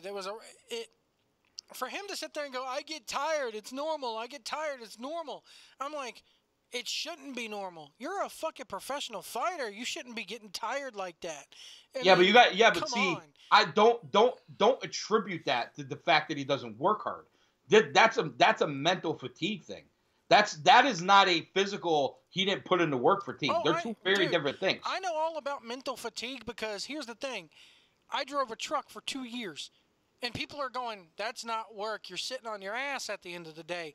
But you'd be surprised how tired a motherfucker can get from driving for 10 hours straight. I believe mentally, you're fucked up in the head mentally. So I get it in that he's in this environment that he's not used to. He's fighting a fighter that he's never faced before in an arena that he's really not, boxing-wise, he's not used to that type of crowd. I think the lights got a little big for McGregor. It did. I mean, I think he got in a bit over his head. So the mental illness, not illness, but the mental fatigue, I could totally get to see how it'd be a part of it. The whole deal. We know Floyd was saying, I've been here a bunch of times already. It's true. Like, listen, the UFC has put on big fights with McGregor, but he's been the big guy. But he was walking into his arena too. The other thing that now this is not McGregor's fault. This is really the fault on the Mayweather side is they overpriced the tickets, and that fucking arena was almost empty till the fight started. Mm-hmm. The place was half empty for the prelims. I want to ask you about that because I see that a lot in UFC too. If I'm paying that much money for the fucking fight, I want to see all of the card. I don't want to go. Yeah, that's crazy to me. When you see that, I go to enough live fights. Generally, what happens is the first, depending on how, let's say a standard UFC card, you get what, 12 fights, 13 fights. Bellator is about the same. I go to Bellator a lot. The first 4 or 5 Bellator fights, what ends up happening is you get a lot of people in there for the guy they came to see. Yeah. So like when my boy Carlos fought a couple months ago, we were all there. There was a bunch of people sitting there watching his fight. When his fight ended, and especially like a place like Mohegan Sun, they allow you to exit the arena and come back in. Well, yeah, because they want you to go out and gamble. Here's what people are mulling around. The other thing, too, is Bellator does meet and greets with stars. Like, I met Royce Gracie and Tito Ortiz. That's cool. There was a fight going on when I went to the meet and greet. So, there's a freaking... We waited in line for 45 minutes, half hour, whatever it was. There's a long-ass line of people that are in the arena. They're just not in their seats. So, there's other things going on. And if you look at the standard UFC fight, though, what you'll get like 25% of the building full when you're on Fight Pass. You'll get like half the building full usually for the Fox Sports prelims or whatever they're showing it on. But for the majority of a pay-per-view, the seats are pretty much full. You might see that first, second row area, and it's not always full because those are celebrities and Tom Pickett and rich motherfuckers and everything else. So, but the majority of the arena is full. They outpriced the tickets in that place. They did not. It actually wasn't a sellout. McGregor and Diaz put 20,000 in that arena. There was like 14 for this fight. I mean, I read online where, excuse me. And I said like the Buffalo Wild Wings here in Danville was taking reservations 2 days before the thing, and they were still charging like a $30 cover charge. Granted, that included, I think, like a basic burger and fries or wings and fries or whatever. Movie theaters would charge $34 a head. So the pay-per-view thing isn't really going to hurt them. I mean, I don't know if it hurts them that much. I mean, they speculated like there was about 3 million illegal streams. 3 million people illegally streamed I'll put it to you That's this way. I was watching it on Twitch, okay, where we're broadcasting at right now. Hello, people, if you're watching on Twitch. And I have a couple of sites where I would normally stream wrestling if I want to, like New Japan and stuff like that. I know people are going to think I'm a big piece of shit for streaming, but hey, I'm poor as fuck. I don't have the money to pay for this shit, but I want to see it. So, the streaming sites I normally go to were fucking so jam-packed, they wouldn't load. I was getting 4 or 4 errors. They were crashing. Of mine told me the same thing. Okay, so then I jump on to Twitch, because I'm like, or I first jump onto YouTube, and I'm sitting there going, somebody's going to stream this shit on YouTube. Nobody was streaming it on YouTube. They probably were shutting that shit down crazy. So, and then I go on Twitch, and there's people that are streaming on certain sites, and then we're feeding that through Twitch. So they're already streaming the fight. These motherfuckers ain't paid a dime for it. And then they're further progressing it by streaming it on Twitch. They're streaming a stream. So I got a hold of this one guy's stream, and it was a legitimate, like, it was before the co-main event, the fight before the co-main. And it looked good. It sounded good. And then all of a sudden, somebody from the Twitch has this thing where you have to name your stream, and if you're playing a video game, they want you to show what video game you're playing.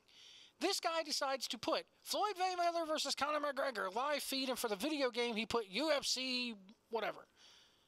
And people in the chat room are like, change your fucking name. Change the fucking name. They're going to see it. Change the fucking name. Right. Sure enough, not only are they going by that, they're going by how many views this motherfucker's getting. Because of course, Twitch gets notified when a stream reaches more than 500 views, I think. They get notified of it. Because they want to know why so many people are watching this. Because if so many people are coming back time after time after time, and you're not doing anything illegal, Twitch knows they can make money off of you, therefore they partner you. That's how it works. So, therefore, it starts getting 1,000 views. And then I look down again and it's 1,500 views. It hit 2,000 views before finally somebody from Twitch came in the chat room, put up a copyright notice talking about how, hey, if you're watching this, we're sending your IP to the police and we're shutting this shit down. You're all been warned. If you want to leave, leave now and everything will be fine. Finally, the stream gets taken off the air, but the guy who was running the stream had already gotten on the air and said, here's the URL for the second stream I'm making. Get your butts over there. If this one gets shut down, it takes me 2 seconds to load it up. Sure enough, it gets shut down. 5 minutes later, I'm watching it again on this guy's second channel that he's just created. It goes on, it gets to the co-main, and right as the fucking introductions are being done for McGregor Mayweather, the bots come back again. The Twitch bots come back again. And they shut this one down. Well, guess what? The motherfucker already had a third one created. It was ridiculous how it took them that long to find the shit, too. You know, it was amazing to me that finally I ended up, the dude goofed up, the dude who was streaming it on Twitch goofed up and showed his entire screen, and to where I could find out what website he was going to. Oh, the stream it. And I just cut out the middleman and went to the damn thing myself.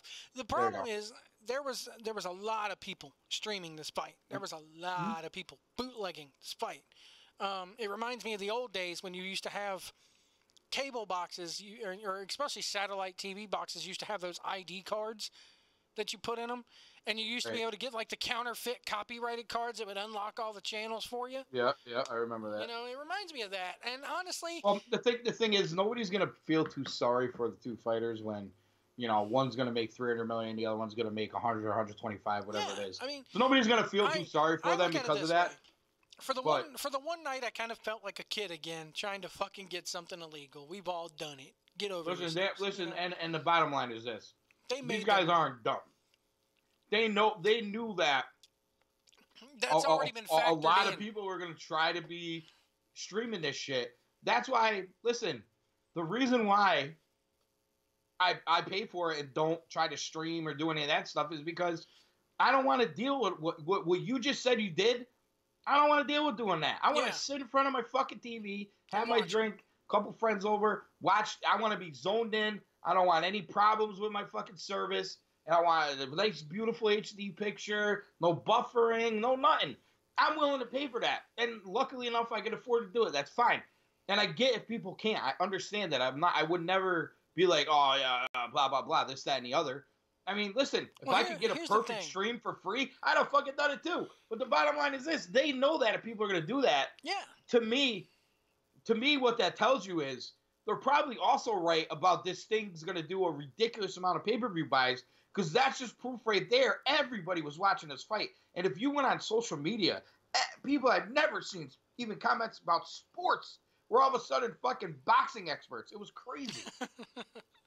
All these girls and guys I'd never seen comment about sports and wouldn't probably know a fighter if a fucking fell on him. Oh, with all this, everybody's a fucking expert all of a sudden. I look at it this way. You're entitled to have your opinion and air your opinion just like I did, and it created a shitstorm, but even if I had the money, I would not plunk down $100 for this. Hell, people, Jeff made the comment of, but he'll pay. Yeah, but you're not a big fan. But here's the problem, though. Jeff made the comment of, but White pays $120 a year for the fake stuff. No, I don't. Not anymore. My WWE network right now, I'm getting it for free. Why? Because I found a way to cheat their system, and all you have to do, tip out there for folks, and it's been like this for the last 3 years, and they haven't changed it. All you need is a new email address. You put in the same credit card number, bam, they get you a month for free. I didn't pay for SummerSlam. How have they not done what every other streaming service has done and said, hey, you used this credit card before? Yeah. Like, how does the WWE not know that?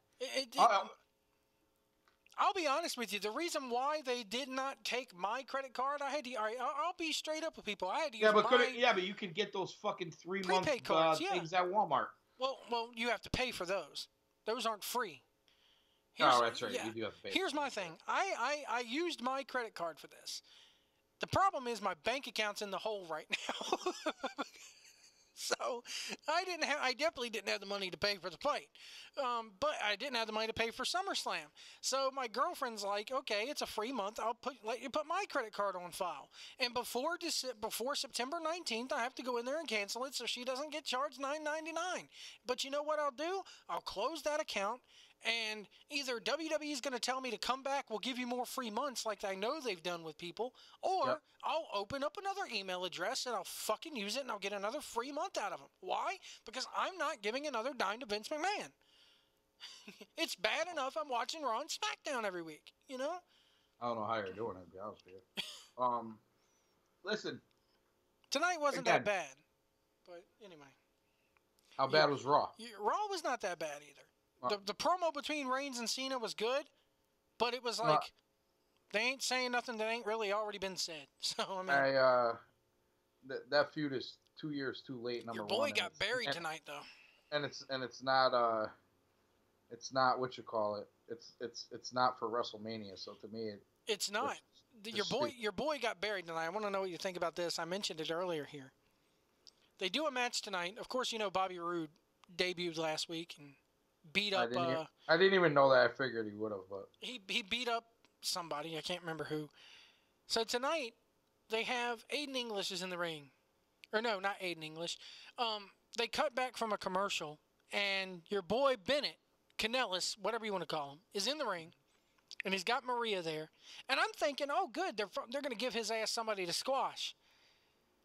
The lights go out, and as soon as the lights go out, I'm just like, oh, fuck, I'm glad AC, if AC's watching this, he's kicking his furniture around.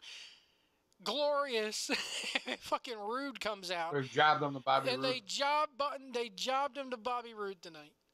And I'm sitting there going, well, Kanellis wasn't even on the show, I think, for the last 2 weeks. So, this is the reason why. What people are like, I don't understand why you're so upset about the Kanellis thing and everything else. This is the reason why. It's a perfect fucking example. You take them off the indie scene. You pay them. Of course, listen.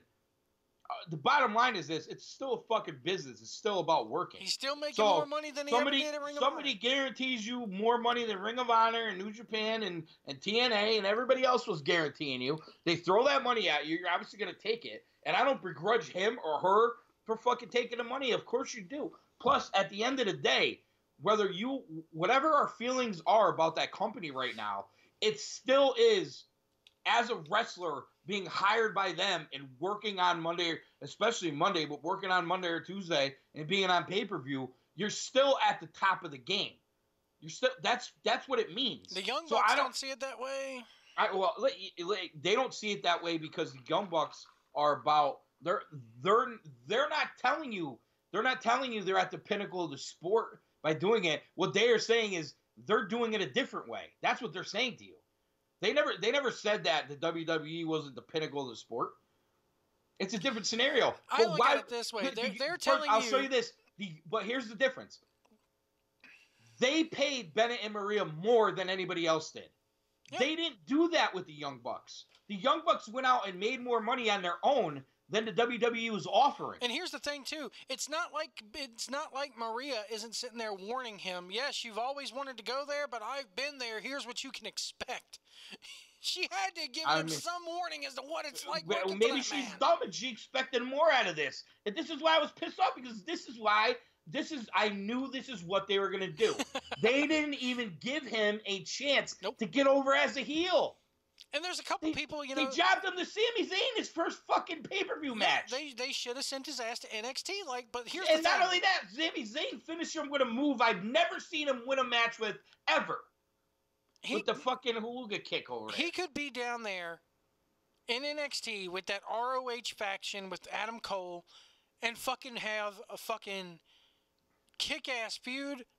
Sure, he wouldn't be making as much money. And have a serious fucking character. Yeah, but the problem with that is when he comes up to the main roster, it doesn't mean jack shit what they do down there. Vince is going to do the exact same thing with him, whether he was in NXT or not.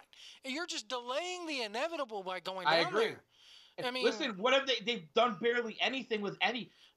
In all reality, how many guys that are NXT guys, quote unquote NXT guys, have really made it? And take the Shield and the Wyatt family out of it, because nobody fucking watched NXT. That was pre-WWE Network, so I don't count it. I count from, like you said, basically from that first takeover. If you go from that first takeover till now, all the NXT guys that have come up would have 10% made it, if that. You can count on one hand. Now, let's see here. You've Balor, Owens, Nakamura. The jury's still out on Balor, in my opinion. Yeah, but Balor, Owens, well, they made him champion, so it does kind of matter. Okay, right. Balor, Owens, Nakamura. That's it. That's it. Those are the three. The other people are fucking buried. I sit here on this show tonight while I was reviewing. I'm thinking of the tag teams. They're all either broken up or did nothing with them. I'm sitting here reviewing SmackDown on the show tonight before you hopped on here, and I'm sitting there going, people are talking about send Bayley back to NXT. Well, it makes her look like a failure if they do that. And B, but you only send them back to repackage. Yeah. You're going to send them back, you got to repackage. They're not going to send her back to repackage her. So that's the point of developmental, is you send them back, they get a... What they thought was she got over so huge at NXT with the kids and all that. They thought she was going to go to the main roster, and everybody was, all those kids and the moms and the dads were going to be like, oh, Bayley, and that didn't happen. Here's the problem. It would work. There's only a couple people right now that I think could benefit from going back to NXT. One of them is Tyler Breeze, because Tyler's a hell of a fucking worker, and he could have some damn good feuds with people like No Way Jose and everybody down there. And once he's down there, Triple H buried him when he was down there, though. Yeah, here's the thing. He was in FCW a long time ago, before NXT was a thing at Full Sail. He was never meant to get over, and he did. And Triple H had no choice but to move his ass up. So... yeah, he was never meant, he was a product of the audience. But the other people, you mentioned tag teams, the Ascension tonight jobbed out to fucking Shelton Benjamin and Chad Gable. If anything right now, that tag team division, they put them together. Yeah. Oh, come on. Yeah, it's like you I mean, swapped out one. listen, I know nobody in Stanford's listening right now, but come on. Come on, are you kidding me? So, but basically, what I'm getting at is the Ascension could benefit from going down to NXT. Why? Because you could repackage them a little bit, keep the same kind of gimmick, but take the fucking Road Warriors aspect out of it. You go down there, have them have some kick-ass matches with Authors of Pain, have them have some kick-ass matches with Sanity, and you use those guys instead of releasing them back off to the Indies, where they're probably not going to mean much. You're going to sit down there and you keep them as, like, enhancement talent down there. All that's going to happen is the more guys you release, they're just taking spots for the indie guys. Yeah. That's all they're doing. But here's the other side of that. It would be different. Hold on. It would be different if NXT, okay, you say send people back to NXT people. It would be different if the NXT world was not accessible to your main WWE audience. Anybody could pay $9.99 or go get a free month and watch it. So if you keep sending people back down there, the same audience is seeing the same people, so their mind is... You can't repackage. That's not how you rebuild or repackage. Here's the other thing. The same eyes are on the product. You can't do it that way. Let's just think about how successful they've been doing that. Emma. Yeah. They sent her down, repackaged her, and they've done nothing with her. The crazy thing is, they were doing something with her, and then they did the Emelina bit for fucking 4 or 5 months, 6 months. They said she's coming. She doesn't come. She comes back as the same fucking person. And here's the kicker: this week, they gave her new fucking music, which I guarantee you was the Emelina music that they were going to give her, but then they scrapped it. Well, here's the other part of it of this ordeal for me.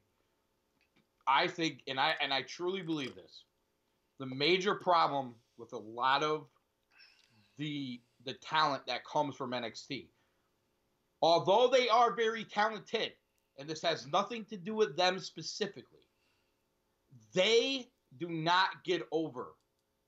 Their song gets over, or their chant gets over. Yeah. Or some little intricacy of their character gets over. Balor, the entrance. Rude, the song. Rude, Nakamura, the song. Right. Enzo and Kaz, the shtick that they get. Enzo's still fucking doing. Listen, Kevin Owens got over as a wrestler, as his character, Kevin Owens. Sami Zayn, and he's successful. Sami Zayn, yeah. See, the thing is, I think they just buried Zayn too much. They made him like a stepping stone. But Zayn got over. And listen, Zayn's had some moments. Not enough. I don't think they've done enough with him. He's a guy, perfect example, they fucked up. Bray Wyatt, perfect example. A guy they fucked up. It was all set up perfect for them. Boom, do it, bang, done. They fuck it up. A guy like Ty Dillinger with the 10. 10. Cheer 10. Okay, 10. And once people get bored of cheering 10, what do you have left? Yeah, granted, a talented guy, a talented wrestler, but a talented should be on Monday night or Tuesday night. And if anything, WWE type guy? No. If anything, that gimmick has hurt the product even more than it's helped it, because now what happens? Every time the referee starts a fucking count. Yeah, they get up. Oh, they buried him. What are they doing? They buried this guy. That's my problem with breaking up American Alpha and doing nothing with them. American Alpha, to me, got over by just having sick fucking matches in NXT. Mm-hmm. And even when they were still together, I cannot remember a match on the main roster where I was like, damn, that's an American Alpha match. No, it never happens. It never happens. Even when they were in NXT. Even if they kept Gargano and Ciampa together and Ciampa didn't get hurt. What are they going to do? Bring those guys up to SmackDown as a tag team? They never would have got them over. Here's the problem with that. From day one, when the fans started that Johnny Wrestling, you knew that Ciampa's going to get left in the dust. And even when he comes back, here's the Ciampa's going to get left in the dust. And it's sad. That Johnny Wrestling thing, here's the problem, though. The Johnny Wrestling thing works in Full Sail because I think there's a portion of the fan base in Full Sail that goes to those shows and cheers for guys and likes guys right away because they know who's on the indie scene. Yeah, they're the Ring of Honor. They're watching Ring of Honor every week. They're watching Ring of Honor. They're going to indie shows. They know who's in PWG. Blah blah blah. They how to be on wrestling, YouTube, the whole thing. But listen, when they get to the main roster, and this is my thing with the fans following each other. They might know that funny chant because they saw it, or they hear the guy next to him cheering 10, so I got to do it too. Oh, 10, or sing along with the song. All those people in that crowd are not watching NXT. No way. And do not know who these guys are before.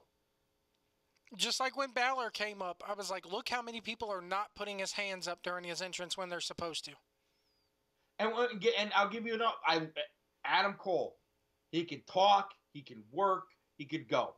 When Adam Cole ends up on the main roster, Adam Cole is going to stand in a ring next to Roman fucking Reigns or Brock Lesnar or Braun Strowman or John Cena or any of those guys, and they're going to say, little Adam Cole, he can talk a little bit. He could work, but that character, I posted a He'll picture. be tremendous in that NXT because the fans in NXT like those. They like a wrestling show that has some storylines. They're not, this is not Vince's favorite sports entertainment deal there. And guys like that just don't seem to connect with the audience all the way.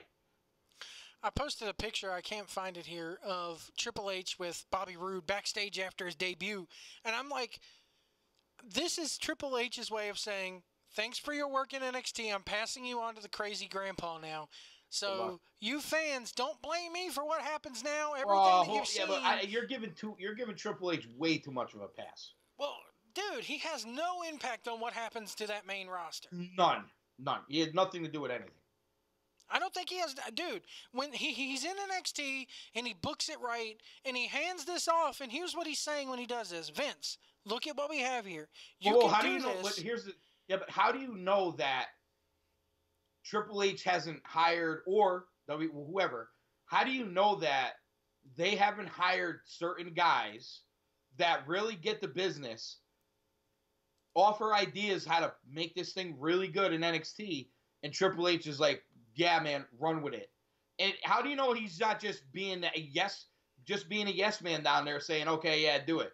Oh yeah, I'll jump in and help you sign this guy. This is like they have to. Triple H is not sitting there watching fucking Leo Rush. You know what I'm saying? Like somebody's going to Triple H and saying, we should sign Leo Rush. Triple H isn't watching fucking Ring of Honor going, oh damn, that Dijak. Well, here's the thing. That's why he hired Gabe Sapolsky. That's why Gabe Sapolsky's not working for them. So all these guys they're bringing in the talent. They're putting together storylines. They're working with guys on promos and in-ring stuff, getting them ready for TV in their way, but letting them be who they are. Triple H is smart enough. Hold on, Triple H is smart enough to allow it to happen. But when it comes to the main roster, you're telling me Triple H is sitting back there and he has no influence on anything that any of these guys are doing? There's no way that's true. I think that, yes, he may have an influence. And you're right. Triple H is not sitting there watching Ring of Honor. He's not sitting there watching tapes religiously. But he does have scouts. And he does have people who are there doing it for him. And he does. Which he's smart, and he's doing it in that.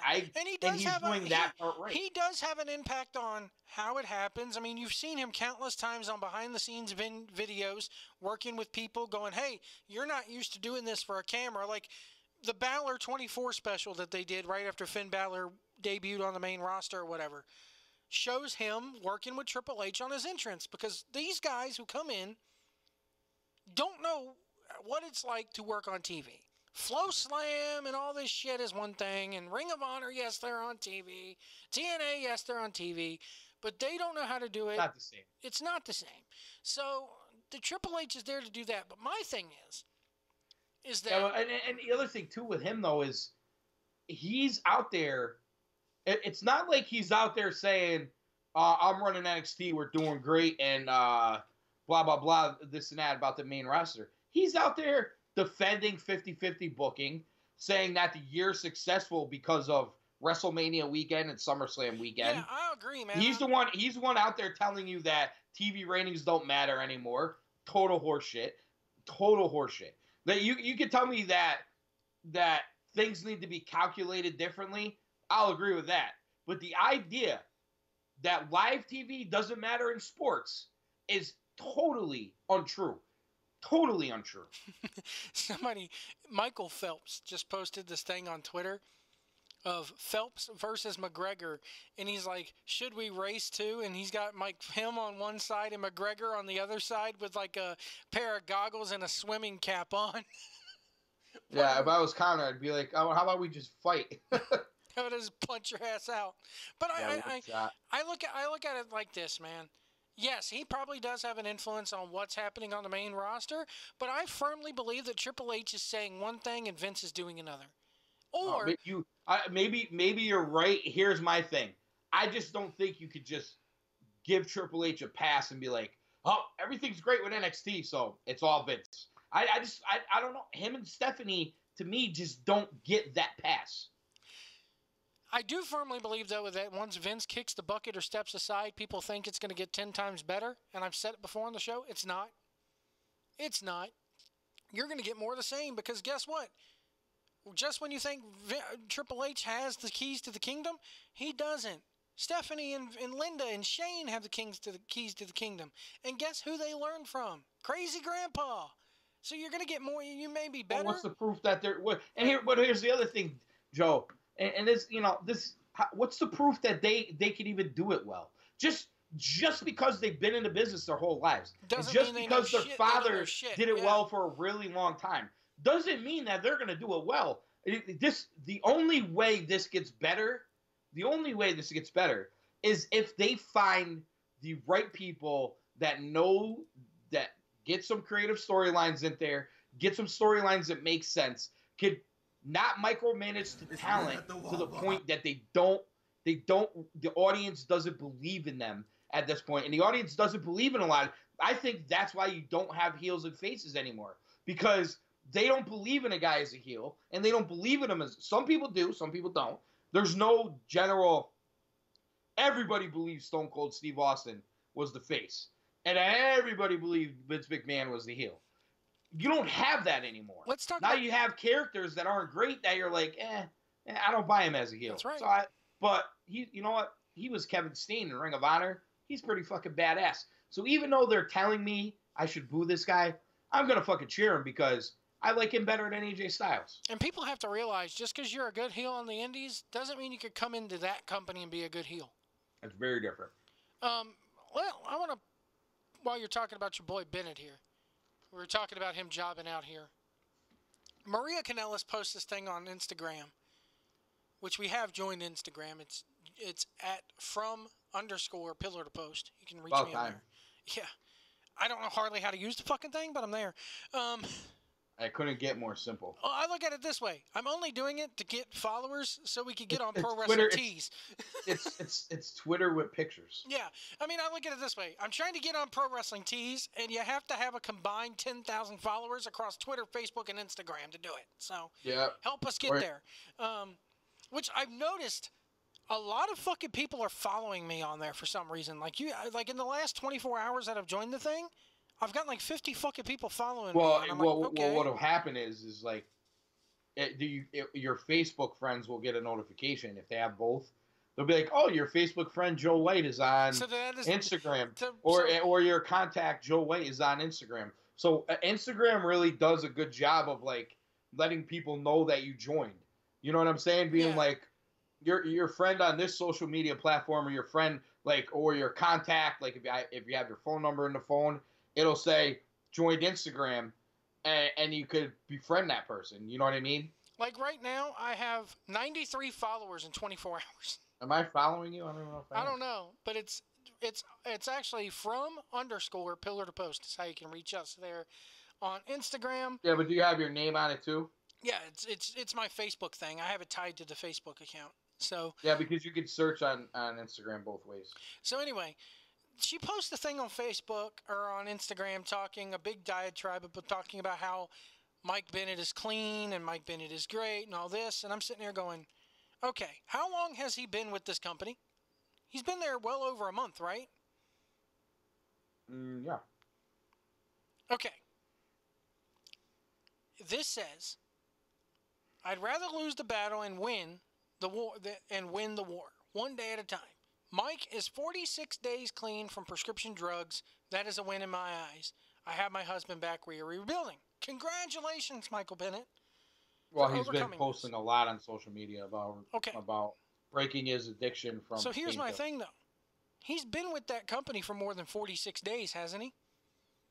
He certainly had the drug test more than 46 days ago.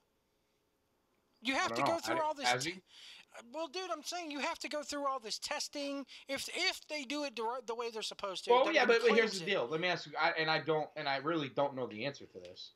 If you're on a painkiller, how long? I mean, he could have had and you know you have a drug test because you're starting a new job. How long does it stay in your system? Yeah. Yeah, if it's out of your system in 24 hours, I mean, so he beat the test. What does that mean? I mean, what I'm saying though is maybe it's not a bad. Listen, they have a guy with a title belt around his waist that got popped on one of the biggest UFC cards in the history of the world. Yeah.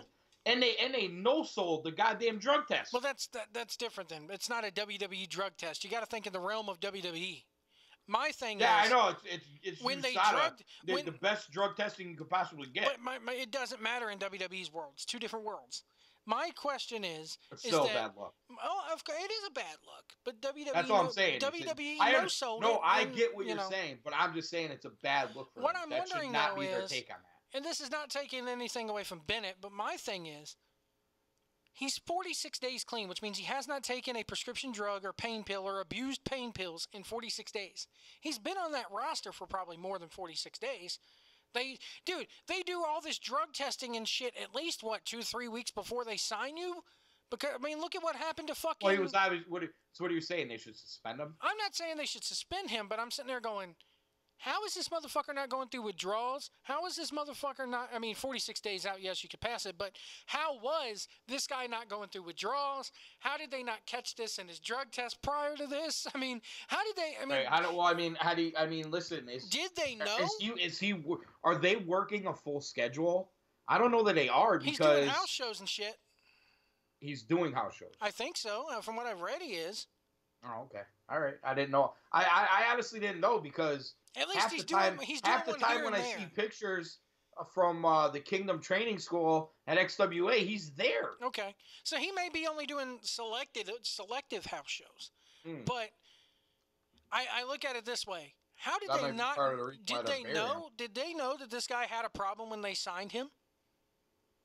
I don't know. And if so, do you? My guess is no. Probably. My thing is, could that be why they're not pushing him? Yeah, I don't know, and could that also be why it took them forever to debut the guy too? Because from what everybody was saying, he was out there and off the Indies for a good month before. Let me ask you a question: Could he have failed a wellness test and they said, "Listen, either get clean or we're not going to use you"?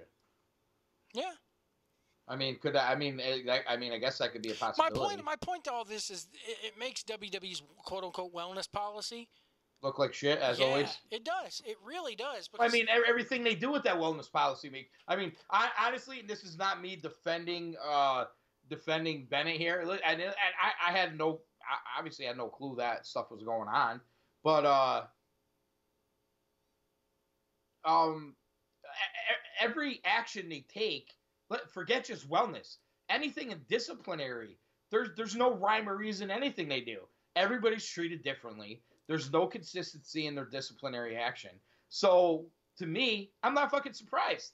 It wouldn't even shock me if they knew he was doing it, and they basically were like, we still want Maria. I know that Mike Kanellis posted 42 minutes ago on Twitter, I missed you SmackDown Live one day at a time. So he was off TV for a few weeks. Yeah, after that pay-per-view, a couple weeks. I mean, so I will say this: you need to go back and at least watch the John Cena Roman Reigns segment from this past week.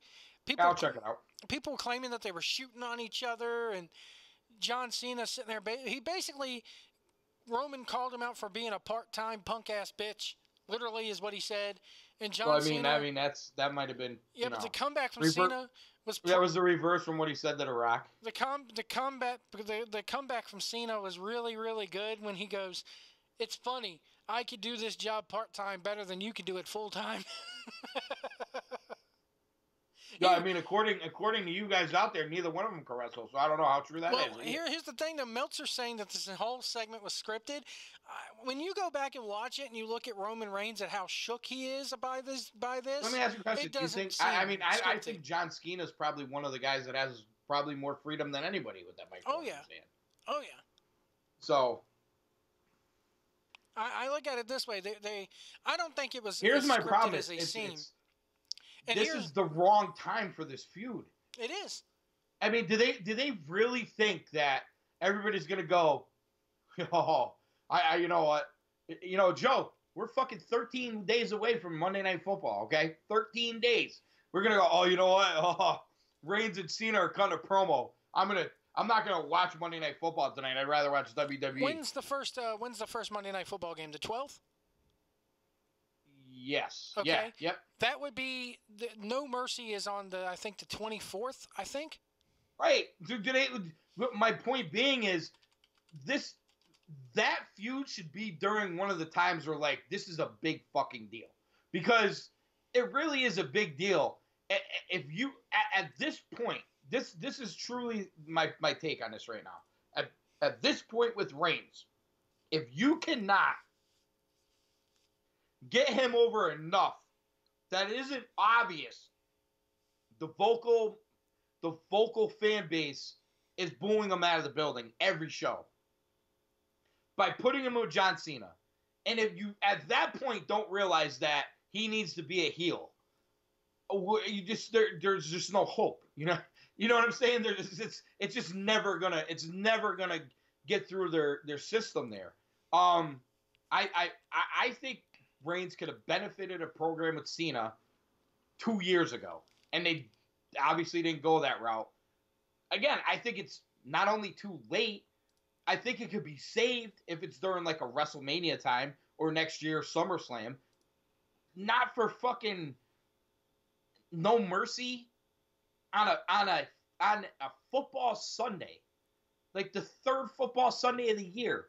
Nobody's gonna give a flying fuck about No Mercy. Yeah, I mean, here's the thing. And listen, the hardcore fan that watches everything, you got them already. Yep. You're not going to get a to me, if you're putting Reigns with Cena, you're trying to draw a casual interest at a minimum. At least how are you going to draw it? At least save it for one of the big four, like Survivor Series. The Royal Rumble sells itself. It's the Rumble. SummerSlam has gotten to the point where it sells itself. WrestleMania sells itself. But it becomes bigger for a casual fan. But the only one of the big four that really is drowning, and they've been talking about there's been a couple years now where they've been talking about ditching it, is Survivor Series. Why not save it for then? I don't even look at it as a major anymore. So I mean, up until this year, because of the brand split, they made Money in the Bank SmackDown pay-per-view. But before that, I always thought Money in the Bank was the fourth biggest pay-per-view of the year. For a while. Money in the Bank is huge. Roman says that it doesn't matter because he one of the lines was good from this. I want to say, you're going to really think this is good. Roman says that he retired The Undertaker, so he's done something that Cena will never be able to do. Cena's comeback for this was so good. He goes, "I'm not The Undertaker. I'm not some broken down wrestler, broken down veteran with a bad hip." Ooh. He goes, I'm at my peak right now. I'm the best I've ever been." Wow. I mean, with that comment, is The Undertaker really retired? And Roman's thing, are they gonna do Cena Undertaker at Mania? Is that why they're doing Reigns and fucking Cena now? Roman's big thing was, I'm not gonna be on the Today Show tomorrow. I'm gonna be booking a flight to go wrestle at a live event. You could too if you actually bothered to show up for one. I'm busting my ass Friday, Saturday, Sunday, Monday, Tuesday. Where are you at? But the problem was, Cena's, even if it was scripted, Cena's delivery of this was so much better than Roman's. And Roman looked like he forgot his lines at one point. Roman looked legitimately shook. Roman didn't, and you and Jeff have said many times, Roman knows how to break character. Roman knows how to go off script, off book, and accentuate himself. I didn't see it here. Because is he being told not to? Here's my thing. Here's my thing, though. Roman Reigns is at a point where he's a main event guy. John Cena's untouchable. If these two went off script there and started laying into each other and legitimately shooting at each other, Roman Reigns, I'm sitting here on Twitter going, come on, Roman, get him. Get his ass. Yeah, go back at him. Go back at him. And I'm sitting here going, they're not going to fucking fire you if you do. A quick comment here, a quick smirk there. That's what I'm talking about. I don't know if he had. I mean, I'll be dead ass honest with you. I'd rather have the fucking Usos in that situation because I know they could break script and really get at somebody. At one point, I don't know that Roman could do that. At one point, Roman is like stuck. Like after John Cena finished his little diatribe, Roman's sitting there and the crowd's doing their Roman stuff. The crowd was definitely. If you had to sit there and pick a guy that the crowd was for, it was definitely Cena here. Which is crazy. It's so crazy and it's so telling. And this is why I can't stand wrestling fans, you phony motherfuckers. We want new guys. We don't want Cena. Well, yeah, I know. And then it's like, oh, I hate Reigns. I'm going to root for Cena. The problem is they don't get the people. They don't. And John Cena made the comment of Roman sitting there thinking about, I know what's going through Roman's head. He's taken off guard at what Cena did. And he didn't know what Cena was going to say. If it was scripted, he still didn't know what Cena was going to say. And it shook him. So he's sitting there listening to the crowd trying to think of a comeback. And Cena is sitting there going, it's called a promo. If you're going to be a top guy, you got to know how to do one. Let's be honest. Fucking John, I'm going to go back and watch it, but it sounds from what you're telling me that Cena fucking buried him. He did. And Cena sit there going, Roman Reigns is a fool. He goes, it's better to keep... Here's what kills me. Is there any real life heat with them? He sits there and says that... He said Cena comes in with his golden shovel and buries people. And John Cena has enough balls to stand there and insult the viewer's intelligence once again when he goes, I heard it for 10 years and I heard it from a lot of people. And basically sitting there saying that... I was honored to hold the U.S. title and introduce new talent like AJ Styles and Kevin Owens. Like they wouldn't have gotten over without you. Come on. He goes, I'm here because Roman can't do his job. And he's sitting there going, for years upon years, it's been the people. The people decide the direction that this company goes. And I'm sitting there going, oh, yeah. You are full of shit. You are so full of shit. And why did he just fucking get on his knees and take Vince fucking balls deep? In the middle of the ring. If the people decided where it went, Nakamura would have went over fucking what's-his-face, Jinder at SummerSlam. If the people that have decided it, you wouldn't have tied Flair's record. You wouldn't have tied Flair's record if the people really had their say in the matter. Come on. Seriously, come on, give me a fucking good job. But this segment's worth going out of your way to see, because I'm sitting there. I'll be honest. As I'm watching, when was it? Give me a round of placement so I get. Because when we're done here, I'll. It was probably at the top of the 9 o'clock hour or 10 o'clock hour, one of those two. All right, I'll find it. I'll check it out. Listen. I mean, Cena. Reigns has been hit with that a little bit too. That like they bury guys for Reigns. I mean, Reigns has probably lost more big pay-per-view matches in the last year and a half than he won. Far as placement goes, it's after the Emma Mickey James match. All right, I'll be able to. But here's the kicker, though. They had this wonderful segment, and as I'm watching it, I'm getting behind it. I'm marking out a little bit. They got me. They got me wanting to see it as a fan. It's totally meant for a day after WrestleMania crowd. So you mean it got you wanting to see Cena versus Reigns? Kind of. But Here's my problem with it. Again, they're going and doing it on a B pay-per-view.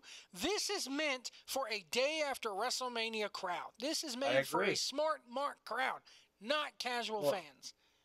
Or a day after they eliminate each other in the Royal Rumble. Yeah, I mean it's like they knock each other out. You know what I'm saying? Like they hit the floor and they bat. But, they're punching each other all the way back to the fucking, back to the back. They're fighting all the way back because they eliminated each other. And, they fucking the day after Royal Rumble, Reigns and Cena opens the show. That's what this is. I mean, come on. You're the top guy, the face that runs the fucking place for 15 years. That's your guy. And this is the guy that for better or for worse, you've been. I personally think the shove down our throat thing is overblown, but clearly a guy the company has wanted to be the guy for the last 3 years or so. You have those two guys in a program. This should be light years, the biggest. Here's the problem. It should open or close Raw. Here's the problem. You're talking about a mid-show promo for a B fucking pay-per-view, like you said, at a time of year when the NFL is going to have their third football Sunday of the year, when every team's still in it, when everybody's watching football, who's playing that when Monday? Everybody's still in their knockout pools, and everybody's still in their fantasy football fucking leagues, and everybody has their DraftKings players going. They haven't lost a lot of money yet. It's the time of year the NFL ratings are through the fucking roof. That you think you're going to capitalize off John Cena versus Roman Reigns at that time of year? Is there a brain left in that company? Here's what kills me about the Roman Reigns thing, and we've been debating this for 3 years now on the. I mean almost ad nauseum. But here's the thing, and this is where the smarks come into play, and this is their mentality. I'm not saying it's right. I'm not saying it is wrong. They want to be able to be the ones to choose who they push, and in this case, again, they're not. Vince McMahon chose this guy. They put the nail in Roman Reigns' coffin when they did not have Daniel Bryan go over that year at the Rumble, and they started 3 years ago. They wanted Daniel Bryan. Once Daniel Bryan left, the fans are looking for another guy who they can make, not who Vince McMahon can make. But you're talking about the same fans who for a year and a half marked the fuck out for Roman Reigns, marked out for him at the Royal Rumble the year before, and marked out for the Shield like crazy. The problem is, so these are the same fans, though. Let's be fair. The same fans who cannot decide what they want now want to be. They want to choose who they want to choose. The problem is, I think the problem is that once he got the rocket strapped to him, the fans didn't have a matter. It wasn't as organic as the Daniel Bryan thing was. And okay, fair enough. Nobody's been as organic with him. Seth Rollins, get heel run. Seth comes back from injury. Everybody wants the babyface push. Rollins. Nobody gives a fuck about Seth Rollins right now. Well, that's in the grand scheme of things. That's because WWE fucked it up and brought him back as a heel. The only way they could get these three guys over is putting the fucking Shield back together. That's the only way. Let's be honest. And they've already done that. Honest. They've already done that with two of the three of them. Yeah, they're 2/3 of the way there. And here's the thing, though. I think they could do it with fixing that by having the Shield get back together, be a fucking heel group, and then Reigns wins the title as a part of the Shield. And you have one member of the Shield as the world champion, the other two as the tag champions, and they run roughshod all over the brand. That would be awesome. But no, they're never going to go that way. It would be. But here's the thing: you're losing time on that too. How long before everybody's like,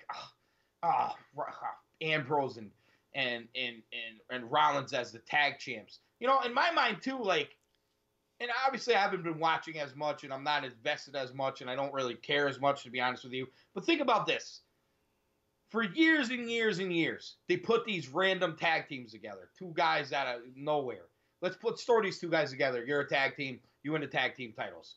Daniel Bryan and Kane. Perfect example. Just throw random guys together. Blah, blah, blah. You don't have a lot of legitimate tag teams. So then they decide, okay, we're going to put legitimate tag teams together. You got the Usos. You got, a New Day has become a legitimate tag team.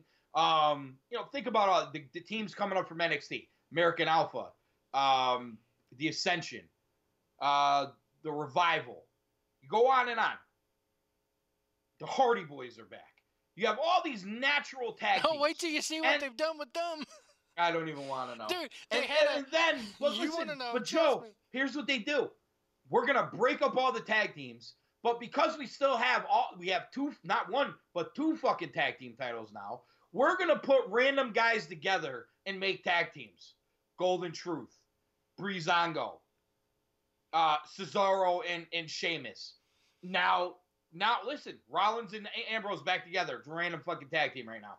They're right back to doing what they did before that everybody hated, instead of getting fucking tag teams over that everybody loved. Well, it's insane. And not only that, you took the Usos, you made them a heel tag team. They're killing as a heel tag team. People care less because it's on SmackDown to be better on Raw. Here's what killed me tonight. The Usos have been great, and there's nobody, but you have no one on SmackDown other than fucking New Day to even challenge them to make anything they do good. Well, the Usos versus the New Day from SummerSlam on that pre-show was fucking phenomenal. The pre-show match was that pre-show match was better than 90% of the SummerSlam card. And tonight, the fucking fans, they took on the Usos. Okay, the New Day took on the Usos, and the winner of that got to decide the stipulation of their rematch. Okay, which is. Well, of course, they got to have the rematch because they have no other fucking tag team to challenge them. Yeah, but here's what the kicker is. The fans tonight in that crowd were more pro Usos than ever tonight, man. Right, They're because the crowd you know why? Because that's what happens. It's a perfect example, Joe. This is what I'm talking about with the fans. Usos.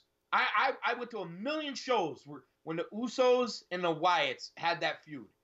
The Usos and the Wyatts opened like 4 shows I went to in a row. A couple pay-per-views. Good matches, though? Oh, very good. Everybody's marking out for the Usos. The matches are great. Even if it was Harper and Rowan, or it was Wyatt and Harper, or Wyatt and whatever the mix was, versus the Usos, the matches were great. And Usos are opening the show. We love the Usos. Uso, the Pyros, and everything else.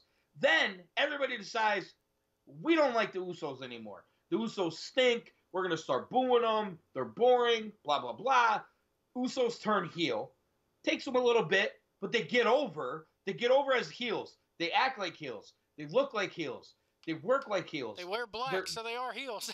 Everything is heel about them. But you know what? Now everybody's seeing is, yeah, the Usos are a pretty fucking good tag team.